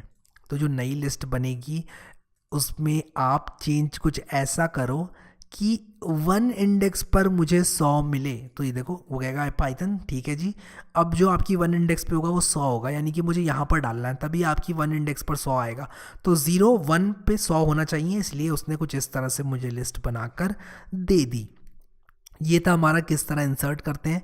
अब हम देखेंगे कि रिमूव किस तरह करते हैं एक एलिमेंट को। तो ये इंसर्शन वाले को मैं कुछ इस तरह कर देता हूँ। अगर मैं यहाँ पर lst.remove61 लिख देता हूँ तो सिंपल सी बात तो ये है कि लिस्ट में से 61 रिमूव हो जाएगा। इसी तरह एक पॉप फंक्शन भी होता है, तो मैं इसको कमेंट आउट करूँगा और यहाँ पर आप लोगों को पॉप करके दिखाऊँगा लिस्ट में से, और मैं यहाँ पर पॉप करके दिखाऊंगा तो आप लोग देखो यहाँ पर लिस्ट के एंड में से एक एलिमेंट गायब हो जाएगा और वो था मेरा 41। तो एक एलिमेंट एंड में से निकालना है, तब क्या होगा, तब आप लोग आराम से इसको रिमूव कर सकते हो। अब आप कहोगे कि यार अगर मैं इसको 3 को रिमूव करना चाहता हूँ तब कैसे करूँ, तब जी आप डेल कीवर्ड का इस्तेमाल कर लीजिए। तो डेल कीवर्ड क्या करता है, डेल स्पेस देखिए, अगर आपने कुछ ऐसे लिख दिया LST, मान लो मैंने LST 3 लिख दिया और मैं सेव करके इसको अब रन करूं, तब आप देखोगे यहाँ पर जो 3 पे था 0 1 2 3 यानी कि 4 जो था वो गायब हो चुका है अब। तो यहाँ पर मैंने यहाँ पर 45 लिखा था, LST2 को मैंने 45 बना दिया था। तो मैं इनको भी कमेंट आउट कर देता हूँ क्योंकि कन्फ्यूजन क्रिएट कर रहे हैं स्टेटमेंट्स। देखो यहाँ पर 61 था, 2 था, 3 था और उसके बाद 4 को मैंने रिमूव कर दिया है DEL की मदद से। तो आप DEL की मदद से डिलीट कर सकते हो, तो feel free to use DEL। और बाकी आप जो है आराम से पूरी लिस्ट को भी डिलीट कर सकते हो, DELLST करके, वो भी आप कर सकते हो। तो अगर आप मैं कुछ इस तरह से लिख दूँ, तो मैं अगर कुछ इस तरह से लिख दूँ DELLST, तब होगा क्या, मुझे एरर मिलेगा क्योंकि यहाँ पर मेरी लिस्ट जो है डिलीट हो जाएगी। और फिर उसके बाद मैं कह रहा हूँ var is equal to LST। तो अगर मैं इसको रन करूँ तो देखो कह रहा है LST इज़ नॉट डिफाइंड, क्योंकि यहाँ पर मैंने डिलीट कर दी LST अपनी। और फिर मैं कह रहा हूँ var is equal to LST, तो यहाँ पर एरर मिल जाएगा। तो आप समझ गए कि मैं किस बारे में आप लोगों को समझाने की कोशिश कर रहा हूँ। तो आशा करता हूँ कि यहाँ पर आप लोगों को ये सारी की सारी चीज़ें क्लियर हो गई होंगी। क्लियर से याद आया कि एक क्लियर फंक्शन भी होता है, और क्लियर फंक्शन जी क्या करता है, LST इज इक्वल टू, अगर मैं LST डॉट क्लियर अगर मैं कर दूँ तब क्या होगा, तब लिस्ट क्लियर हो जाएगी। क्लियर का क्या मतलब होता है, साफ़ हो जाएगी, यानी कि उसके अंदर कुछ नहीं बचेगा। तो इस तरह आप लोग जो है यहाँ पर लिस्ट को इस तरह से क्लियर कर सकते हैं। अब क्या है कि एक चीज़ मैं आप लोगों को यहाँ पर जो और बताना चाहता हूँ वो ये है कि इस पर कुछ और मेथड्स भी होते हैं। और आप लोग सोच रहे होंगे कि मैं क्या क्या मेथड्स को यहाँ पर रटूँ, तो मैं कहूँगा कि आप सर्च करें, इंटरनेट आपके पास है, लिस्ट मेथड्स करके सर्च करें, और वहाँ पर जो जो मेथड्स हैं उनमें से जो जो आपको लगता है कि आप अपनी प्रोग्रामिंग में daily day to day use में लाएंगे, उनको आप लिख लें एक जगह पर। और लिखने के बाद आप लोग आराम से क्या कर सकते हैं कि उनको यूज़ कर सकते हैं अपने डेली प्रोग्राम्स में। तो ये थी हमारी लिस्ट। अब हम जाएंगे टपल्स की तरफ, और टपल्स की तरफ जाते हुए मैं यहाँ पर करूँगा क्या, टपल क्या होता है हमारा, टपल होता है, उसको डिफाइन करते हैं पहले।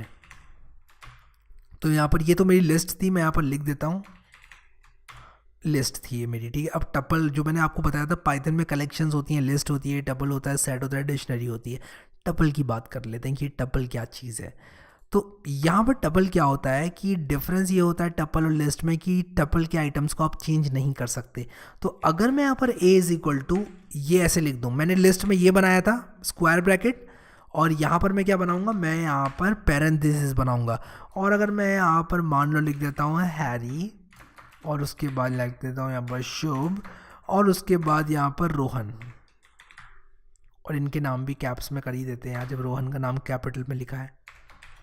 और अब यहाँ पर मैं अगर कुछ इस तरह से लिखूँ प्रिंट a, और मैं काम करता हूँ वापस से वही करता हूँ, var is equal to a करता हूँ, प्रिंट var करता हूँ, तो ये क्या होगा कि ये वैलिड सिंटेक्स है और ये एक टपल बना देगा। और ये प्रिंट var को हटा देता हूँ यहाँ से,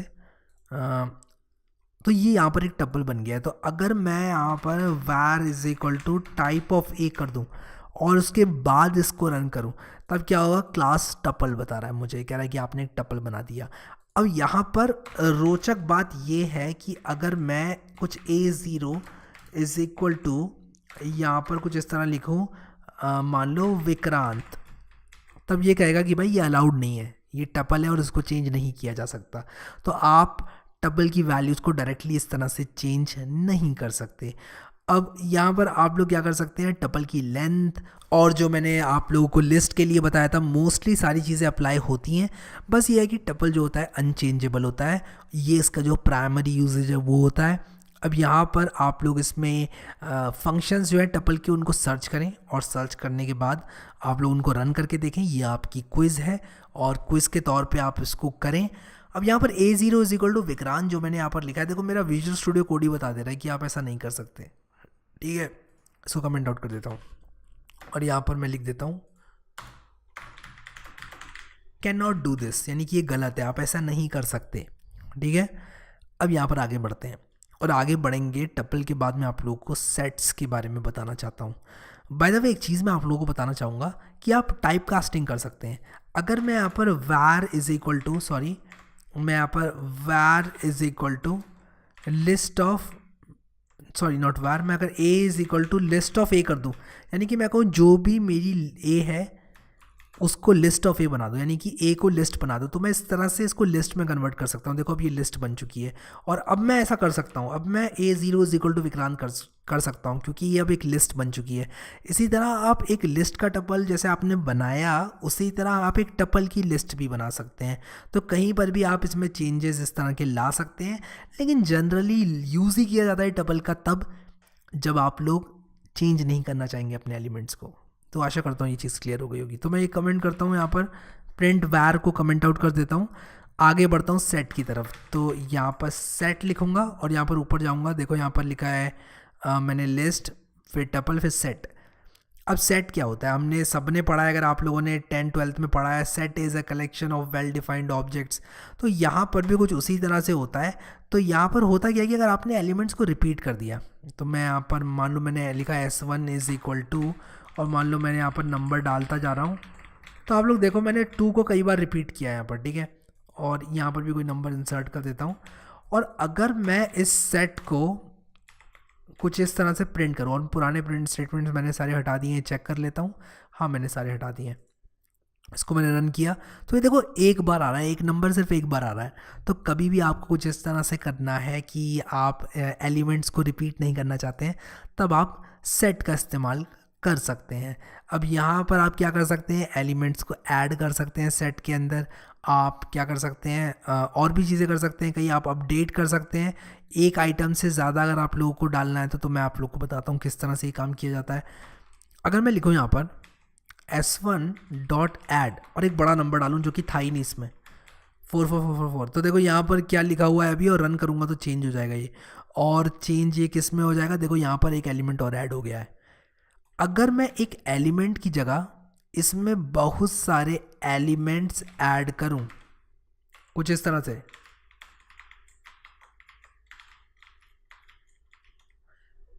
मान लो मैं कुछ इस तरह से एलिमेंट्स ऐड करना चाहता हूँ, मैंने इसको एक लिस्ट दे दी एज एन आर्ग्यूमेंट, इस फंक्शन को, अपडेट फंक्शन को। अब मैं इसको अगर रन करूँ तब देखो कि इसमें ये सारे के सारे नंबर्स जो हैं यहाँ पर ये ऐड हो चुके हैं। तो मैं अपडेट तब यूज़ करूँगा जब मुझे एक से ज़्यादा नंबर सेट में ऐड करने हैं, और मैं यहाँ पर यूज़ करूँगा ऐड अगर मुझे एक नंबर को ऐड करना है। तो इन दोनों स्टेटमेंट्स को हटा दूंगा क्योंकि मैं अपने सेट को छोटा ही रखना चाहूँगा। इसी के साथ साथ मैं चाहूँगा कि जो लेन फंक्शन है वो आप खुद यूज़ करें। और अगर मैं यहाँ पर लिखूँ print S1 lane of S1, तो ये सिंपल सी चीज़ है यार, लेंथ बता देगा आपको S1 की कि उसमें कितने एलिमेंट्स हैं। 7 थे यहाँ पर, तो ये 7 एलिमेंट्स मुझे दिखा रहा है।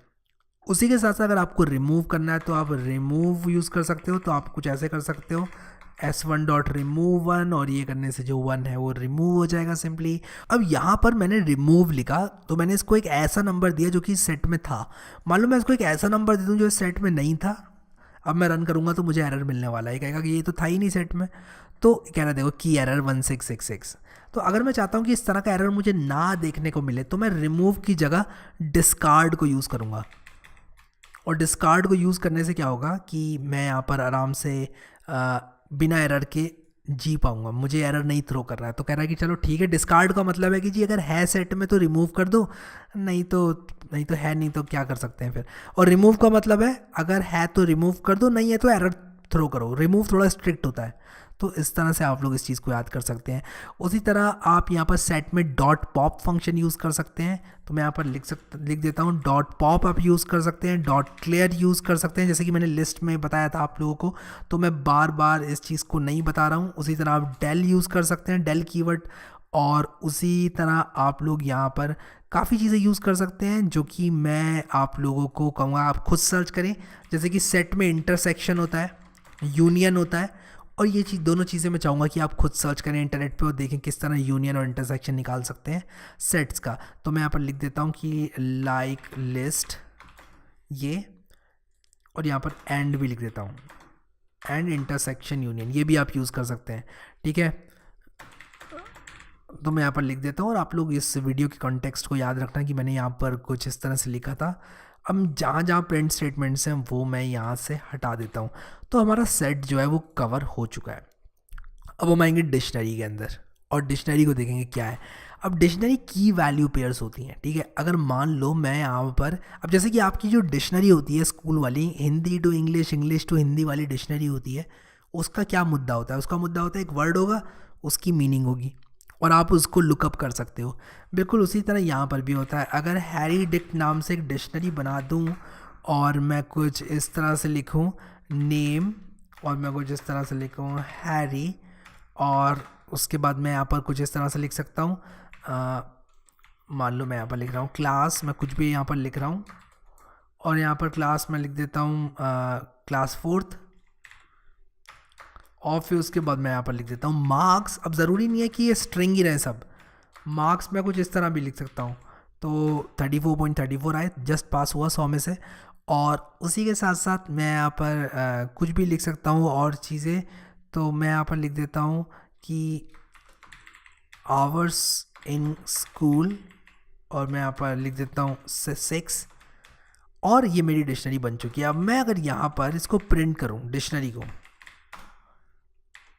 तो अगर मैं यहाँ पर HDICT लिखूँगा, तो मैंने यहाँ पर H लिखा है और DICT लिखा है, तो मुझे यहाँ पर कॉमा भी लगाना पड़ेगा, मैंने कॉमा नहीं लगाया था। अब अगर मैं यहाँ पर HDICT लिखूँगा, सॉरी हैरी डिक्ट कुछ इस तरह से लिखूँगा, तब ये देखो मैं इसको रन करके आप लोगों को दिखा देता हूँ, मेरी डिक्शनरी जो है वो प्रिंट हो जाएगी। तो ये देखो मेरी डिक्शनरी प्रिंट हो चुकी है। अब डिक्शनरी में क्या होता है कि जिस तरह से की वैल्यू पेयर्स दिए हैं, यानी कि नाम ये, क्लास ये, मार्क्स ये, आवर्स इन स्कूल ये, उस तरह आप लोग क्या कर सकते हो कि ऐसे आप लिख सकते हो। तो अगर मैं हैरी लिख के या 0 1 2 3 4 लिखूंगा तो एरर मिलेगा मुझे, अनटिल अनलेस यहाँ पर 0 1 2 3 4 नहीं है। अगर मैं यहाँ 0 लगा देता हूँ तो मुझे 0 के करस्पॉन्डिंग जो है वो दे देगा, लेकिन अभी क्योंकि 0 इनमें से कहीं नहीं है तो ये मुझे की एरर देगा। लेकिन इस 0 की जगह अगर मैं यहाँ पर कुछ इस तरह लिख देता हूँ मार्क्स, ठीक है, और मार्क्स का M कैपिटल था वहाँ पर, तो कैपिटल बनाना पड़ेगा, क्योंकि मैंने आप लोग को बताया है कि जो पाइथन है वो केस सेंसिटिव है। तो देखो 34.34 आ गया। तो कहीं भी आपको मान लो कुछ ऐसी चीज़ स्टोर करनी है जिसमें आप लोग को की वैल्यू पेयर्स डालने हैं, जैसे कि मान लो कुछ लोगों के मार्क्स या फिर कुछ लोगों के बारे में कुछ जानकारी, तो आप इस तरह से जो है इस्तेमाल कर सकते हैं इसका, और आप लोग उसी तरह वैल्यूज़ को चेंज भी कर सकते हो। तो अगर मैं कुछ इस तरह से लिखूँ, मैं इसको प्रिंट को हटा देता हूँ यहाँ से, अगर मैं लिखूँ Harry marks is equal to 34, ठीक है, और उसके बाद प्रिंट करूँ हैरी मार्क्स, तब हैरी मार्क्स क्या प्रिंट होंगे, 34 होंगे। और अगर उसके बाद मैं हैरी डिक्ट को भी प्रिंट करता हूँ तो हैरी डिक्ट भी मेरी अपडेटेड वाली प्रिंट होगी।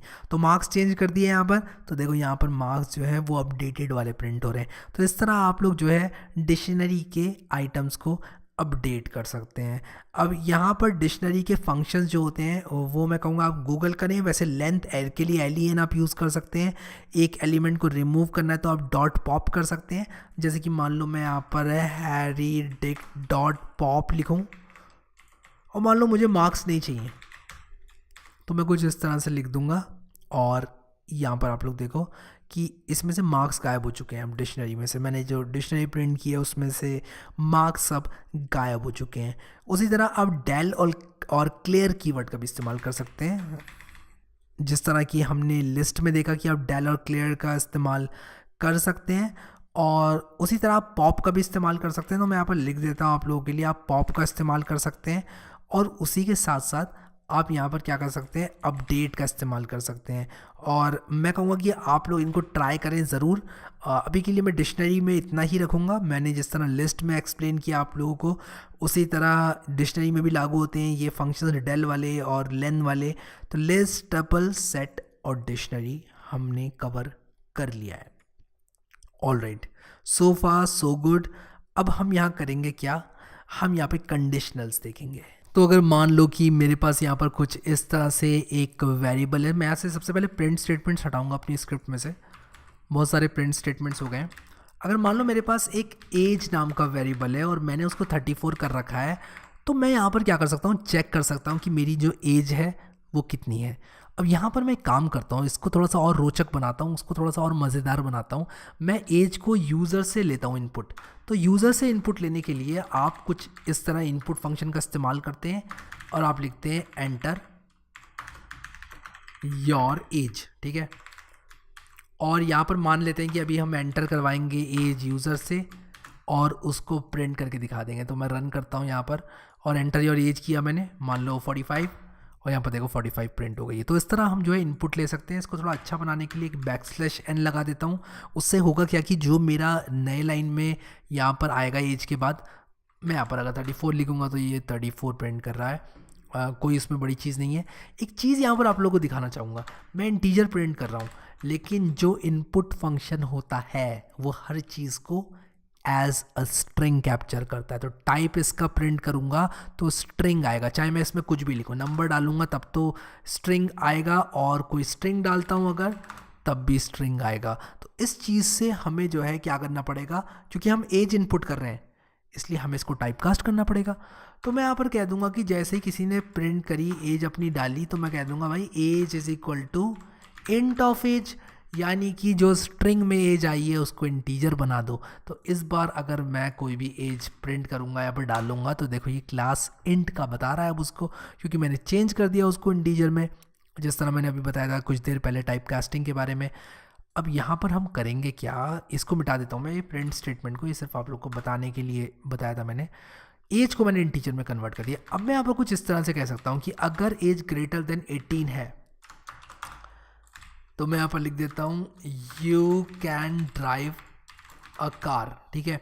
तो इफ स्टेटमेंट के अंदर आप एक कंडीशन को चेक कर सकते हो और कंडीशन को चेक करने के बाद आप एक्शन ले सकते हो कि आप प्रिंट करना चाहते हो कुछ, या फिर आप क्या करना चाहते हो, कुछ भी आप कोई कोड सेगमेंट एग्जीक्यूट करना चाहते हो। मान लो आप कोई डिक्शनरी बनाना चाहते हो, या फिर मान लो अगर कुछ ऐसा है तो आप जो लिस्ट है उसको अपडेट करना चाहते हो।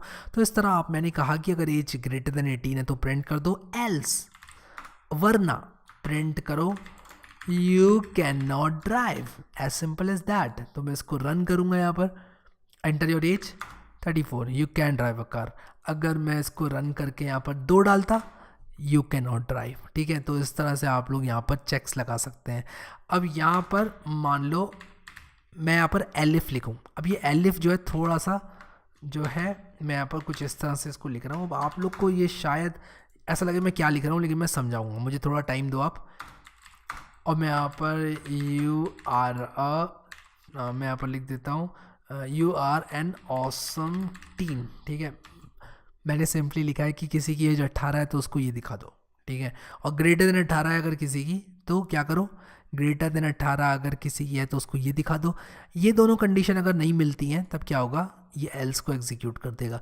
तो मैं इसको अगर रन करूँ यहाँ पर, तो मान लो मैं 18 डालता हूँ, अगर मैंने 18 डाल दिया यहाँ पर तो कह रहा है you are an awesome teen. लेकिन अगर मैं यहाँ पर डाल दूँ मान लो 45, तब ये कह रहा है you can drive a car, क्योंकि ये वाली कंडीशन मैच हो गई मेरी। तो इफ़ में अगर पहला वाला, अगर मैंने ये इसे ना इफ़ एलिफ लैडर है, ये इफ़ एल्स लैडर है मेरी, अगर मैंने यहाँ पे इफ़ लगाया है फिर एलिफ लगाया है तो ये चलता जाएगा। एक और एलिफ लगा सकता हूँ मैं, चलता जाएगा चलता जाएगा। ये सबसे पहले इस कंडीशन को चेक करेगा, सच हुई क्या, नहीं हुई, अगली में जाएगा, सच हुई क्या, अगर नहीं हुई तो अगली में जाएगा और जाता जाएगा। और अगर कोई सच नहीं हुई कंडीशन, कोई ट्रू नहीं हुई, कोई मैच नहीं हुई, तब एल्स में जाएगा। तो इस तरह से जो है ये एलिफ हमारी लैडर चलती है। अगर मान लो इस तरह के 1000 स्टेटमेंट्स होते और मेरा तीसरा स्टेटमेंट मैच हो जाता तो वो बाकी के 997 स्टेटमेंट्स को मैच नहीं करता। तो ये फ़ायदा होता है इसमें इफ़ एलिफ लगाने में। आप कुछ इस तरह भी कर सकते थे, सिर्फ इफ़ भी लगा सकते थे, लेकिन इफ़ एलिफ का मतलब होता है कि आप यहाँ पर आराम से सब कंडीशंस को एक एक करके चेक कर रहे हो, जहाँ मैच आया वहाँ पर आप ये प्रिंट करते रहे हो। तो मैं यहाँ पर डबल इक्वल टू ऑपरेटर के बारे में बताना चाहता हूँ। ये रिटर्न करेगा ट्रू अगर आपका यहाँ पर जो मेरा एज है वो बराबर हो जाती है 18 के। तो हमारे पास पाइथन में ट्रू और फॉल्स भी होते हैं, बूलियन ऑपरेटर्स। तो अगर मैं यहाँ पर ट्रू लिखूँ अगर मैं यहाँ पर ट्रू लिखूँ और यहाँ पर फॉल्स लिखूँ, तब यहाँ पर क्या है कि मैं a is equal to true इस तरह वेरिएबल बना सकता हूँ। तो a is equal to true, b is equal to false करूँ और इसको चलाऊँ अगर कोड को, तो ये बिल्कुल सक्सेसफुली चल जाएगा। तो ट्रू और फॉल्स होते हैं हमारे पाइथन में बूलियन डेटा टाइप के वेरिएबल, सॉरी। तो अब यहाँ पर इफ़ एलिफ और ये आप जो है इस तरह से प्रिंट कर सकते हो। ये थी हमारी इफ़ एल्स लैडर। अब यहाँ पर मैंने एलिफ एल्स सबके बारे में बताया, तो आशा करता हूँ कि क्लियर हो गया होगा आपको। अब हम लोग चलेंगे लूप्स की तरफ, और लूप्स एक बहुत इंपॉर्टेंट टॉपिक है। लेकिन उससे पहले मैं क्या करूँगा, ये जो मैंने लिखा हुआ है यहाँ पर इसको कमेंट आउट कर दूंगा, क्योंकि मैं नहीं चाहता कि जब हम लूप्स का कोड लिखें तो ये हमारे रास्ते में आए। तो मैं इसको कमेंट आउट कर देता हूँ और यहाँ पर मैं लिखूँगा लूप्स। और लूप्स लिखने के बाद मैं करूँगा क्या कि यहाँ पर आप लोगों को एक सिनेरियो दूंगा। सिनेरियो कुछ ये है कि you have to print numbers between 1 to 1000। 1 minute रुक जाओ, अगर आप प्रिंट स्टेटमेंट से कर रहे हो तो नहीं, ऐसे नहीं करना है। मैं आप लोगों को एक आसान तरीका बताता हूँ। अगर आपको 1 2 3 4 5 6 7 8 9 10 1000 तक प्रिंट करना है, तब आप क्या करोगे, आप क्या करो, आप कुछ ऐसे कहो फॉर, और उसके बाद आप लिखो आई इन रेंज, और आप लिख दो यहाँ पर 0 से लेके 1000, और मैं इंडेंट करके इसके अंदर घुस रहा हूँ। तो ये मैंने इंडेंट के बारे में बताया था, कोलन करके मैं फॉर लूप के अंदर आ चुका हूँ। उसी तरह यहाँ पर जब मैंने इंडेंट किया था तो मैं इफ़ के अंदर आ गया था। अब मैं कहूँगा प्रिंट आई। अब क्योंकि गिनती 0 से चालू होती है इसलिए आई नहीं, i+1 प्रिंट करूँगा तब 1 से लेके 1000 तक आएगा, वरना ये 0 से लेके 999 तक मुझे प्रिंट करके देगा। तो मैं अगर कुछ इस तरह से कर दूँ तो ये देखो प्रिंट कर रहा है, देखो अभी भी कर रहा है और ये जो है 1000 तक जाके रुकेगा। तो ये करता जा रहा है प्रिंट मेरे लिए, 0 से लेके 1000 तक प्रिंट करेगा मेरे लिए, और ये देखो इसने कर दिया है प्रिंट मेरे लिए। तो ये होता है हमारा फॉर लूप। अब फॉर लूप के बारे में एक खासियत ये है कि आप फॉर लूप सिर्फ इसी में नहीं लगा सकते। अगर मान लो मैं एक लिस्ट बनाऊँ li नाम की और उसमें कुछ नंबर डालता हूँ, उसके अंदर मैं डालता हूँ दिस, इतना ही डालता हूँ, मैं कुछ इस तरह कर सकता हूँ। मैं कहूँगा कि फॉर आइटम इन li के अंदर हर आइटम के लिए प्रिंट कर दो आइटम को। तो ये क्या करेगा 1 432 और दिस मेरे लिए प्रिंट कर देगा। तो इस तरह आप लोग एक लिस्ट को आइटरेट कर सकते हो, एक लिस्ट में आप आ सकते हो। एक क्विज आप लोगों को देना चाहूँगा यहाँ पर, और क्विज ये है कि मैं आप लोगों को चाहता हूँ कि आप लोग यहाँ पर यही चीज़ यूज़ करें डिक्शनरी के लिए और सेट्स के लिए और टपल्स के लिए। मैंने यहाँ पर थोड़ी सी स्पेलिंग्स गड़बड़ा दी हैं। To edit dictionary, set and tuples, ठीक है। इस तरह से आप लोग कर सकते हो। ये आप लोग जो है क्विज़ के तौर पे करें और आप लोग की जो है अच्छी प्रैक्टिस होगी। अब यहाँ पर मैं आप लोगों को बताना चाहूँगा कि जो फॉर लूप होता है जिस तरह हमारे पास, उसी तरह हमारे पास एक और लूप होता है और वो है वाइल लूप। और वाइल लूप तब तक चलता रहता है जब तक इसके अंदर की कंडीशन मैं कहता हूँ i इज़ लेस देन 100 हो, और यहाँ पर मैं कहूँगा प्रिंट आई। लेकिन i क्या है, तो i को यहाँ पर 0 कर देते हैं, तो i 0 होगा। फिर क्या होगा, ये वाइल लूप के अंदर की कंडीशन को चेक करेगा, क्या 0 100 से छोटा है। हाँ जी भाई, 0 तो 100 से छोटा है, तब ये वाइल लूप के अंदर जाएगा। उसके बाद क्या होगा, वाइल लूप के अंदर जाने के बाद ये जो भी चीज़ है वाइल लूप के अंदर उसको एग्जीक्यूट कर देगा, यानी कि प्रिंट कर देगा आई को। चलो जी बढ़िया। फिर वापस आएगा आई में। अब मैंने आई को अपडेट तो किया नहीं, तो मैं एक काम करता हूँ, आई को यहाँ पर i = i+1 कर देता हूँ। तो i मेरा क्या हो जाएगा, इस बार i मेरा 1 हो जाएगा। 1 क्या 100 से छोटा है, हाँ जी है, 1 को प्रिंट कर दो। फिर i 2 हो जाएगा, 2 100 से छोटा है, हाँ जी है, प्रिंट कर दो। इसी तरह होते होते 99 तक आ जाएगा। 99 क्या 100 से छोटा है, हाँ जी है, प्रिंट कर दो। फिर i 100 हो जाएगा। 100 क्या 100 से छोटा है, नहीं, ये कंडीशन जो है फॉल्स हो जाएगी। तो मैं इसको अगर रन करके दिखाऊँ आप लोगों को, तो ये देखो कुछ इस तरह ये 99 तक जाएगा। और अगर मैं चाहता हूँ कि 99 तक ना जाकर 1 से लेके 1000 तक जाए, तो i+1 कर देते हैं, क्योंकि i की वैल्यू 0 से स्टार्ट हो रही है। 0 + 1 1 हो जाएगा, और 99 + 1 जो है मेरा 100 हो जाएगा। तो 1 से लेके 100 तक ये नंबर्स मेरे लिए प्रिंट करेगा। तो आशा करता हूँ कि आप लोग को फॉर लूप और वाइल लूप क्लियर हो गए होंगे। अब यहाँ पर एक ब्रेक और कंटिन्यू स्टेटमेंट्स आते हैं। ब्रेक क्या होता है और कंटिन्यू क्या होता है बता देता हूँ आप लोगों को। मान लो मैं चाहता हूँ कि अगर जैसे ही मेरा i 78 आए, मैं कह रहा हूँ अगर i मेरा 78 है तब ब्रेक कर दो। ब्रेक का मतलब होता है लूप को वहीं पर रोक दो और तोड़ दो एग्जीक्यूशन को, और अब कुछ करने की ज़रूरत नहीं है। तो क्या होगा, रन करके दिखाता हूँ क्या होगा आप लोगों को।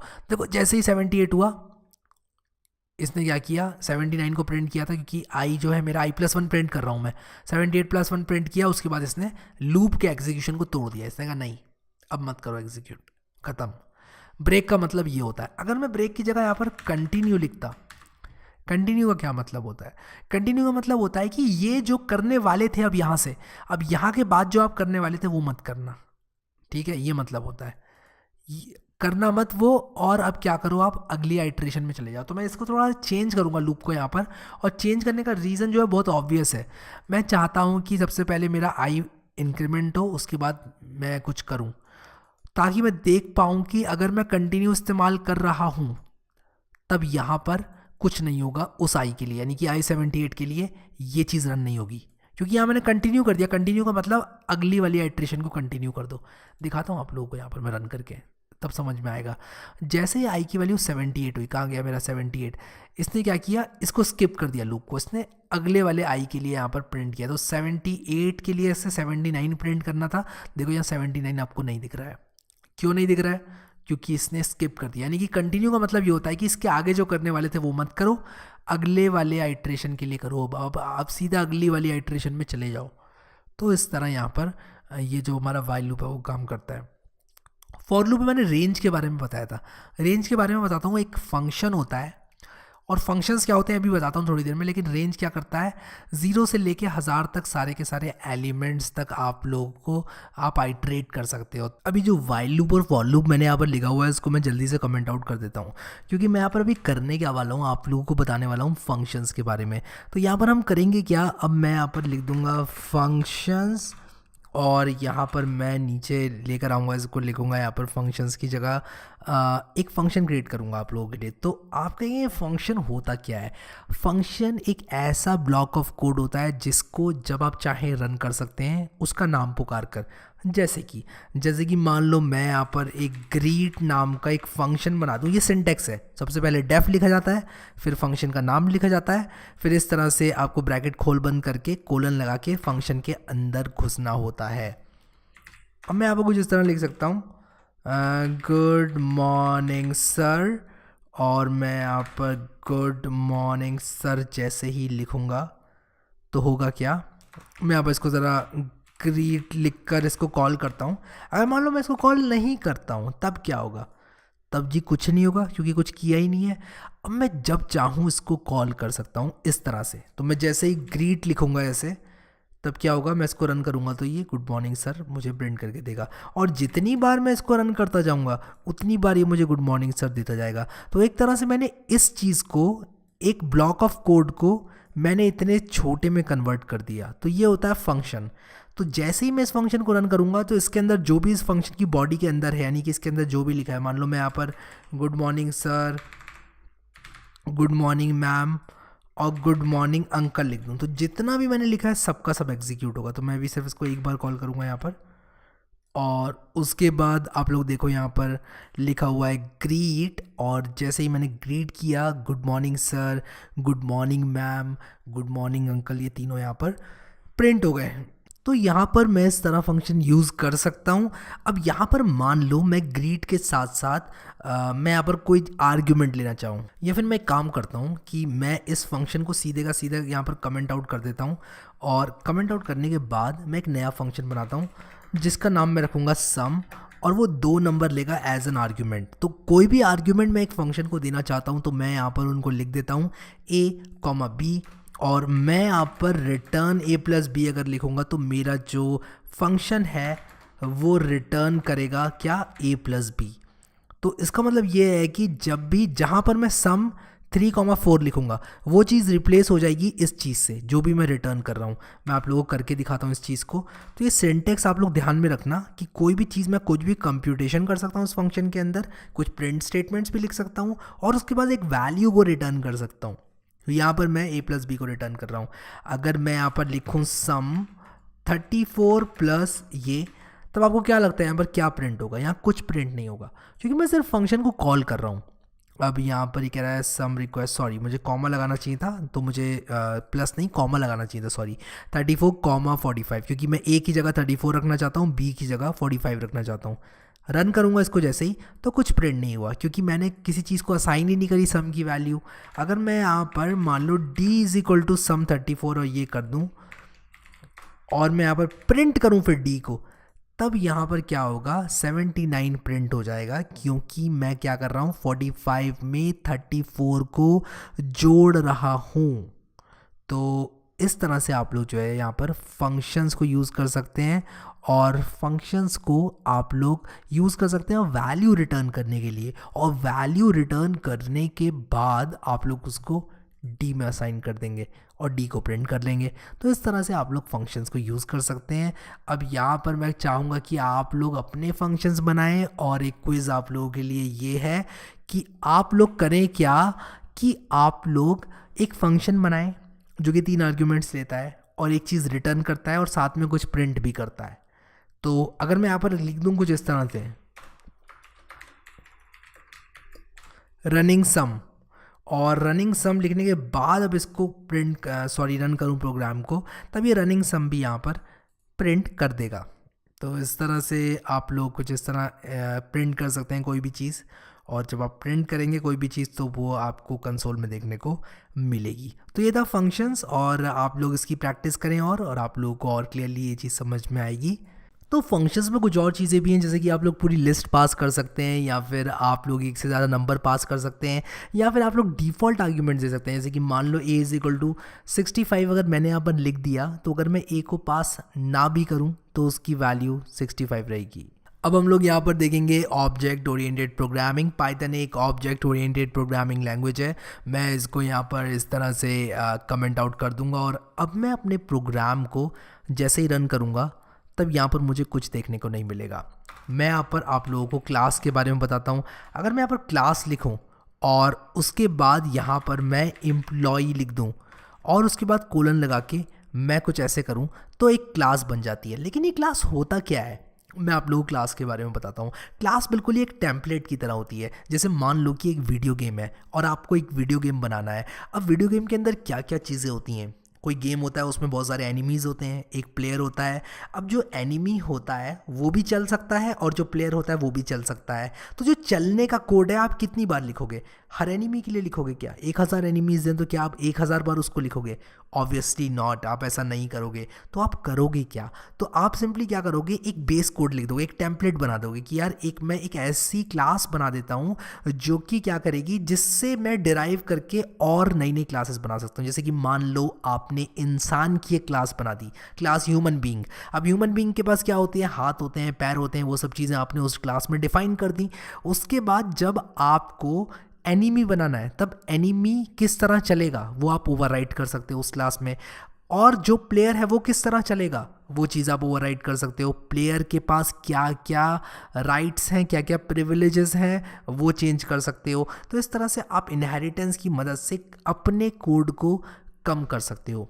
अगेन एक बात यहाँ पर बोलना चाहूँगा कि जो ऑब्जेक्ट ओरिएंटेड प्रोग्रामिंग है वो प्रोग्रामिंग का एक तरीका है, और ऐसा नहीं है कि ऑब्जेक्ट ओरिएंटेड प्रोग्रामिंग्स के बिना कोई चीज़ नहीं हो सकती। कभी ऐसा नहीं होगा कि आप कोई कोड ऐसा लिखें जो कि ऑब्जेक्ट ओरिएंटेड प्रोग्रामिंग में ही लिखा जा सकता है, या फिर कोई ऐसा कोड लिखें जो कि प्रोसीजरल प्रोग्रामिंग लैंग्वेज में, जो कि हम अभी कर रहे थे, उसमें लिखा जा सके। तो यहाँ पर मैं क्या करूँगा, मैं यहाँ पर एम्प्लॉय के अंदर लिख दूँगा सेल्फ डॉट नेम। सबसे पहले मैं कंस्ट्रक्टर की बात करता हूँ यहाँ पर। अगर मैं यहाँ पर डेफ अंडरस्कोर और उसके बाद इनिट अंडरस्कोर कुछ इस तरह से एक फंक्शन बनाऊँ, तो ये होता है कंस्ट्रक्टर। और कोई भी ऑब्जेक्ट बनेगा इस क्लास का तब उसमें क्या होगा, मैं अगर कुछ इस तरह से लिख दूं इज इक्वल टू नेम, और नेम को मैं एक आर्ग्यूमेंट के तौर पर ले लूं यहाँ पर, तो एम्प्लॉई क्लास का जब भी मैं ऑब्जेक्ट बनाऊंगा तो यहाँ पर name is equal to salary, कुछ इस तरह से मान लो मैं लिख देता हूँ, और नेम और सैलरी मैं ले लेता हूँ, और मैं इसको जी नेम जी सैलरी कर देता हूँ इन दोनों को अलग अलग बनाने के लिए। अब अगर मान लो मैं यहाँ पर लिखता हूँ Harry is equal to employee, ठीक है, और मैं कुछ इस तरह से लिखूँगा, और मैं यहाँ पर लिख दूँ प्रिंट हैरी डॉट नेम। इसको मैं जैसे ही रन करूँगा तो यहाँ पर कुछ एरर आ गया है, कह रहा है कि नेम और सैलरी दो, तो मैं सिंपली यहाँ पर हैरी और सैलरी दे देता हूँ 34 रुपये, और मैंने इसको गलती से इस पर क्लिक कर दिया। ये क्लिक करके आप जो है दो स्क्रीन में स्प्लिट कर सकते हैं अपनी स्क्रीन को, काफ़ी यूज़फुल होता है कई बार। तो मैं इसको रन करूँगा यहाँ पर, और ये कह रहा है कि 2 पोजीशन आर्ग्यूमेंट लेता है बट 3 वर गिवन। तो आपको एक सेल्फ भी देना पड़ता है, कोई भी फंक्शन आप क्लास के अंदर लिखते हैं तो उसको एक सेल्फ भी देना पड़ता है आर्ग्यूमेंट आपको। तो अभी के लिए देखो मैंने यहाँ पर हैरी डॉट नेम किया तो मुझे हैरी का नाम यहाँ पर मिल गया, और उसके बाद सैलरी दी तो हैरी डॉट सैलरी मुझे यहाँ पर मिल गई। तो इस तरह से जो है मैं यहाँ पर इस तरह के और ऑब्जेक्ट्स बना सकता हूँ, और कम कोड में मैं ज़्यादा काम कर सकता हूँ। अब अगेन जो ऑब्जेक्ट ओरिएंटेशन है वो थोड़ा बड़ा कॉन्सेप्ट है, और मैं कहूँगा कि आप लोग अभी के लिए सिर्फ इतना ही सीखें ऑब्जेक्ट ओरिएंटेड प्रोग्रामिंग के बारे में। बट अगेन अगर आप लोग और ज़्यादा सीखना चाहते हैं ऑब्जेक्ट ओरिएंटेड प्रोग्रामिंग के बारे में, तब आप यहाँ पर क्या कर सकते हैं, जा सकते हैं मेरे चैनल के अंदर एक पूरा फुली फ्लेज्ड पाइथन का कोर्स बना रखा है, Python tutorial for absolute beginners in Hindi. उसको जाकर आप ज़रूर देख लें।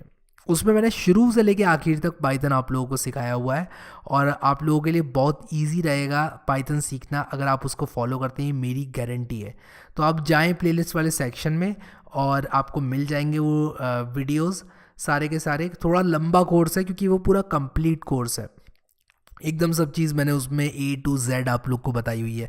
तो आप लोग वहाँ पर जाकर उसको फॉलो कर सकते हैं और फॉलो करने के बाद एक एक करके आप आराम से दिन में 2 वीडियोस या दिन में 3 वीडियोस या दिन में 1 वीडियोस भी चलेगा, देख सकते हैं और प्रैक्टिस कर करके उससे सीख सकते हैं। तो ये रहा वो course Python tutorials for absolute beginners in Hindi. इस प्लेलिस्ट को एक्सेस कर लें, डिस्क्रिप्शन में मैं लिंक भी डाल दूंगा और अगर नहीं डालता हूं तो आप लोग यहां पर जाकर देख सकते हैं। करीब 5-5.5 लाख लोगों ने इसको एक्सेस कर लिया है और इससे फ़ायदा उठा रहे हैं, देख रहे हैं। सारे एक्सरसाइजेस क्विजेस बहुत हैं, इसमें लंबा कोर्स है तो ये जाकर आप कर लें अगर आप डिटेल में सीखना चाहते हैं। लेकिन जो एक मैंने आप लोगों को एक ब्रीफ ओवरव्यू दिया पाइथन का, मैं आशा करता हूँ आप लोगों को यहाँ पर समझ में आ गया होगा। सो गाइस, अगर आपको पाइथन अच्छी तरह से इस वीडियो से समझ में आ गया है, अगर आप लोगों ने पूरा देखा होगा तो आपको आ गया होगा। मैं चाहूंगा कि आप लोग इस चैनल को खोलें और प्लेलिस्ट सेक्शन में आप लोग को मिलेंगे कुछ कोर्सेज, जैसे कि वेब डेवलपमेंट का कोर्स आपको मिल जाएगा पाइथन की मदद से। मैंने फ्लास्क और जेंगो दोनों कवर कर रखे हैं। उसी के साथ साथ आप लोगों को मिल जाएगा किंटर में GUI किस तरह बनाते हैं, उसकी पूरी प्लेलिस्ट आप लोगों को मिल जाएगी। उसी के साथ साथ अगर आप लोग डिटेल में देखना चाहते हैं तो पाइथन का कोर्स भी है और मैं चाहता हूँ कि आप लोग जाकर एक्सप्लोर कर लें। अभी चैनल खोल के प्लेलिस्ट में जाकर देखें क्या क्या कोर्सेज हैं, क्योंकि मैं वीडियोस तो ऐड करता ही रहता हूं बहुत तेजी से। तो क्या कोर्स मैंने कब ऐड कर दिया, आप लोग जाकर ही इसको देखें। आप लोग फ्री में सारे के सारे कोर्सेज को यूट्यूब पर देख सकते हैं। अभी के लिए गाइस इस वीडियो में इतना ही। इस वीडियो को अपने दोस्तों के साथ शेयर करना बिल्कुल भी मत भूलना। Thank you so much guys for watching this video and I will see you next time.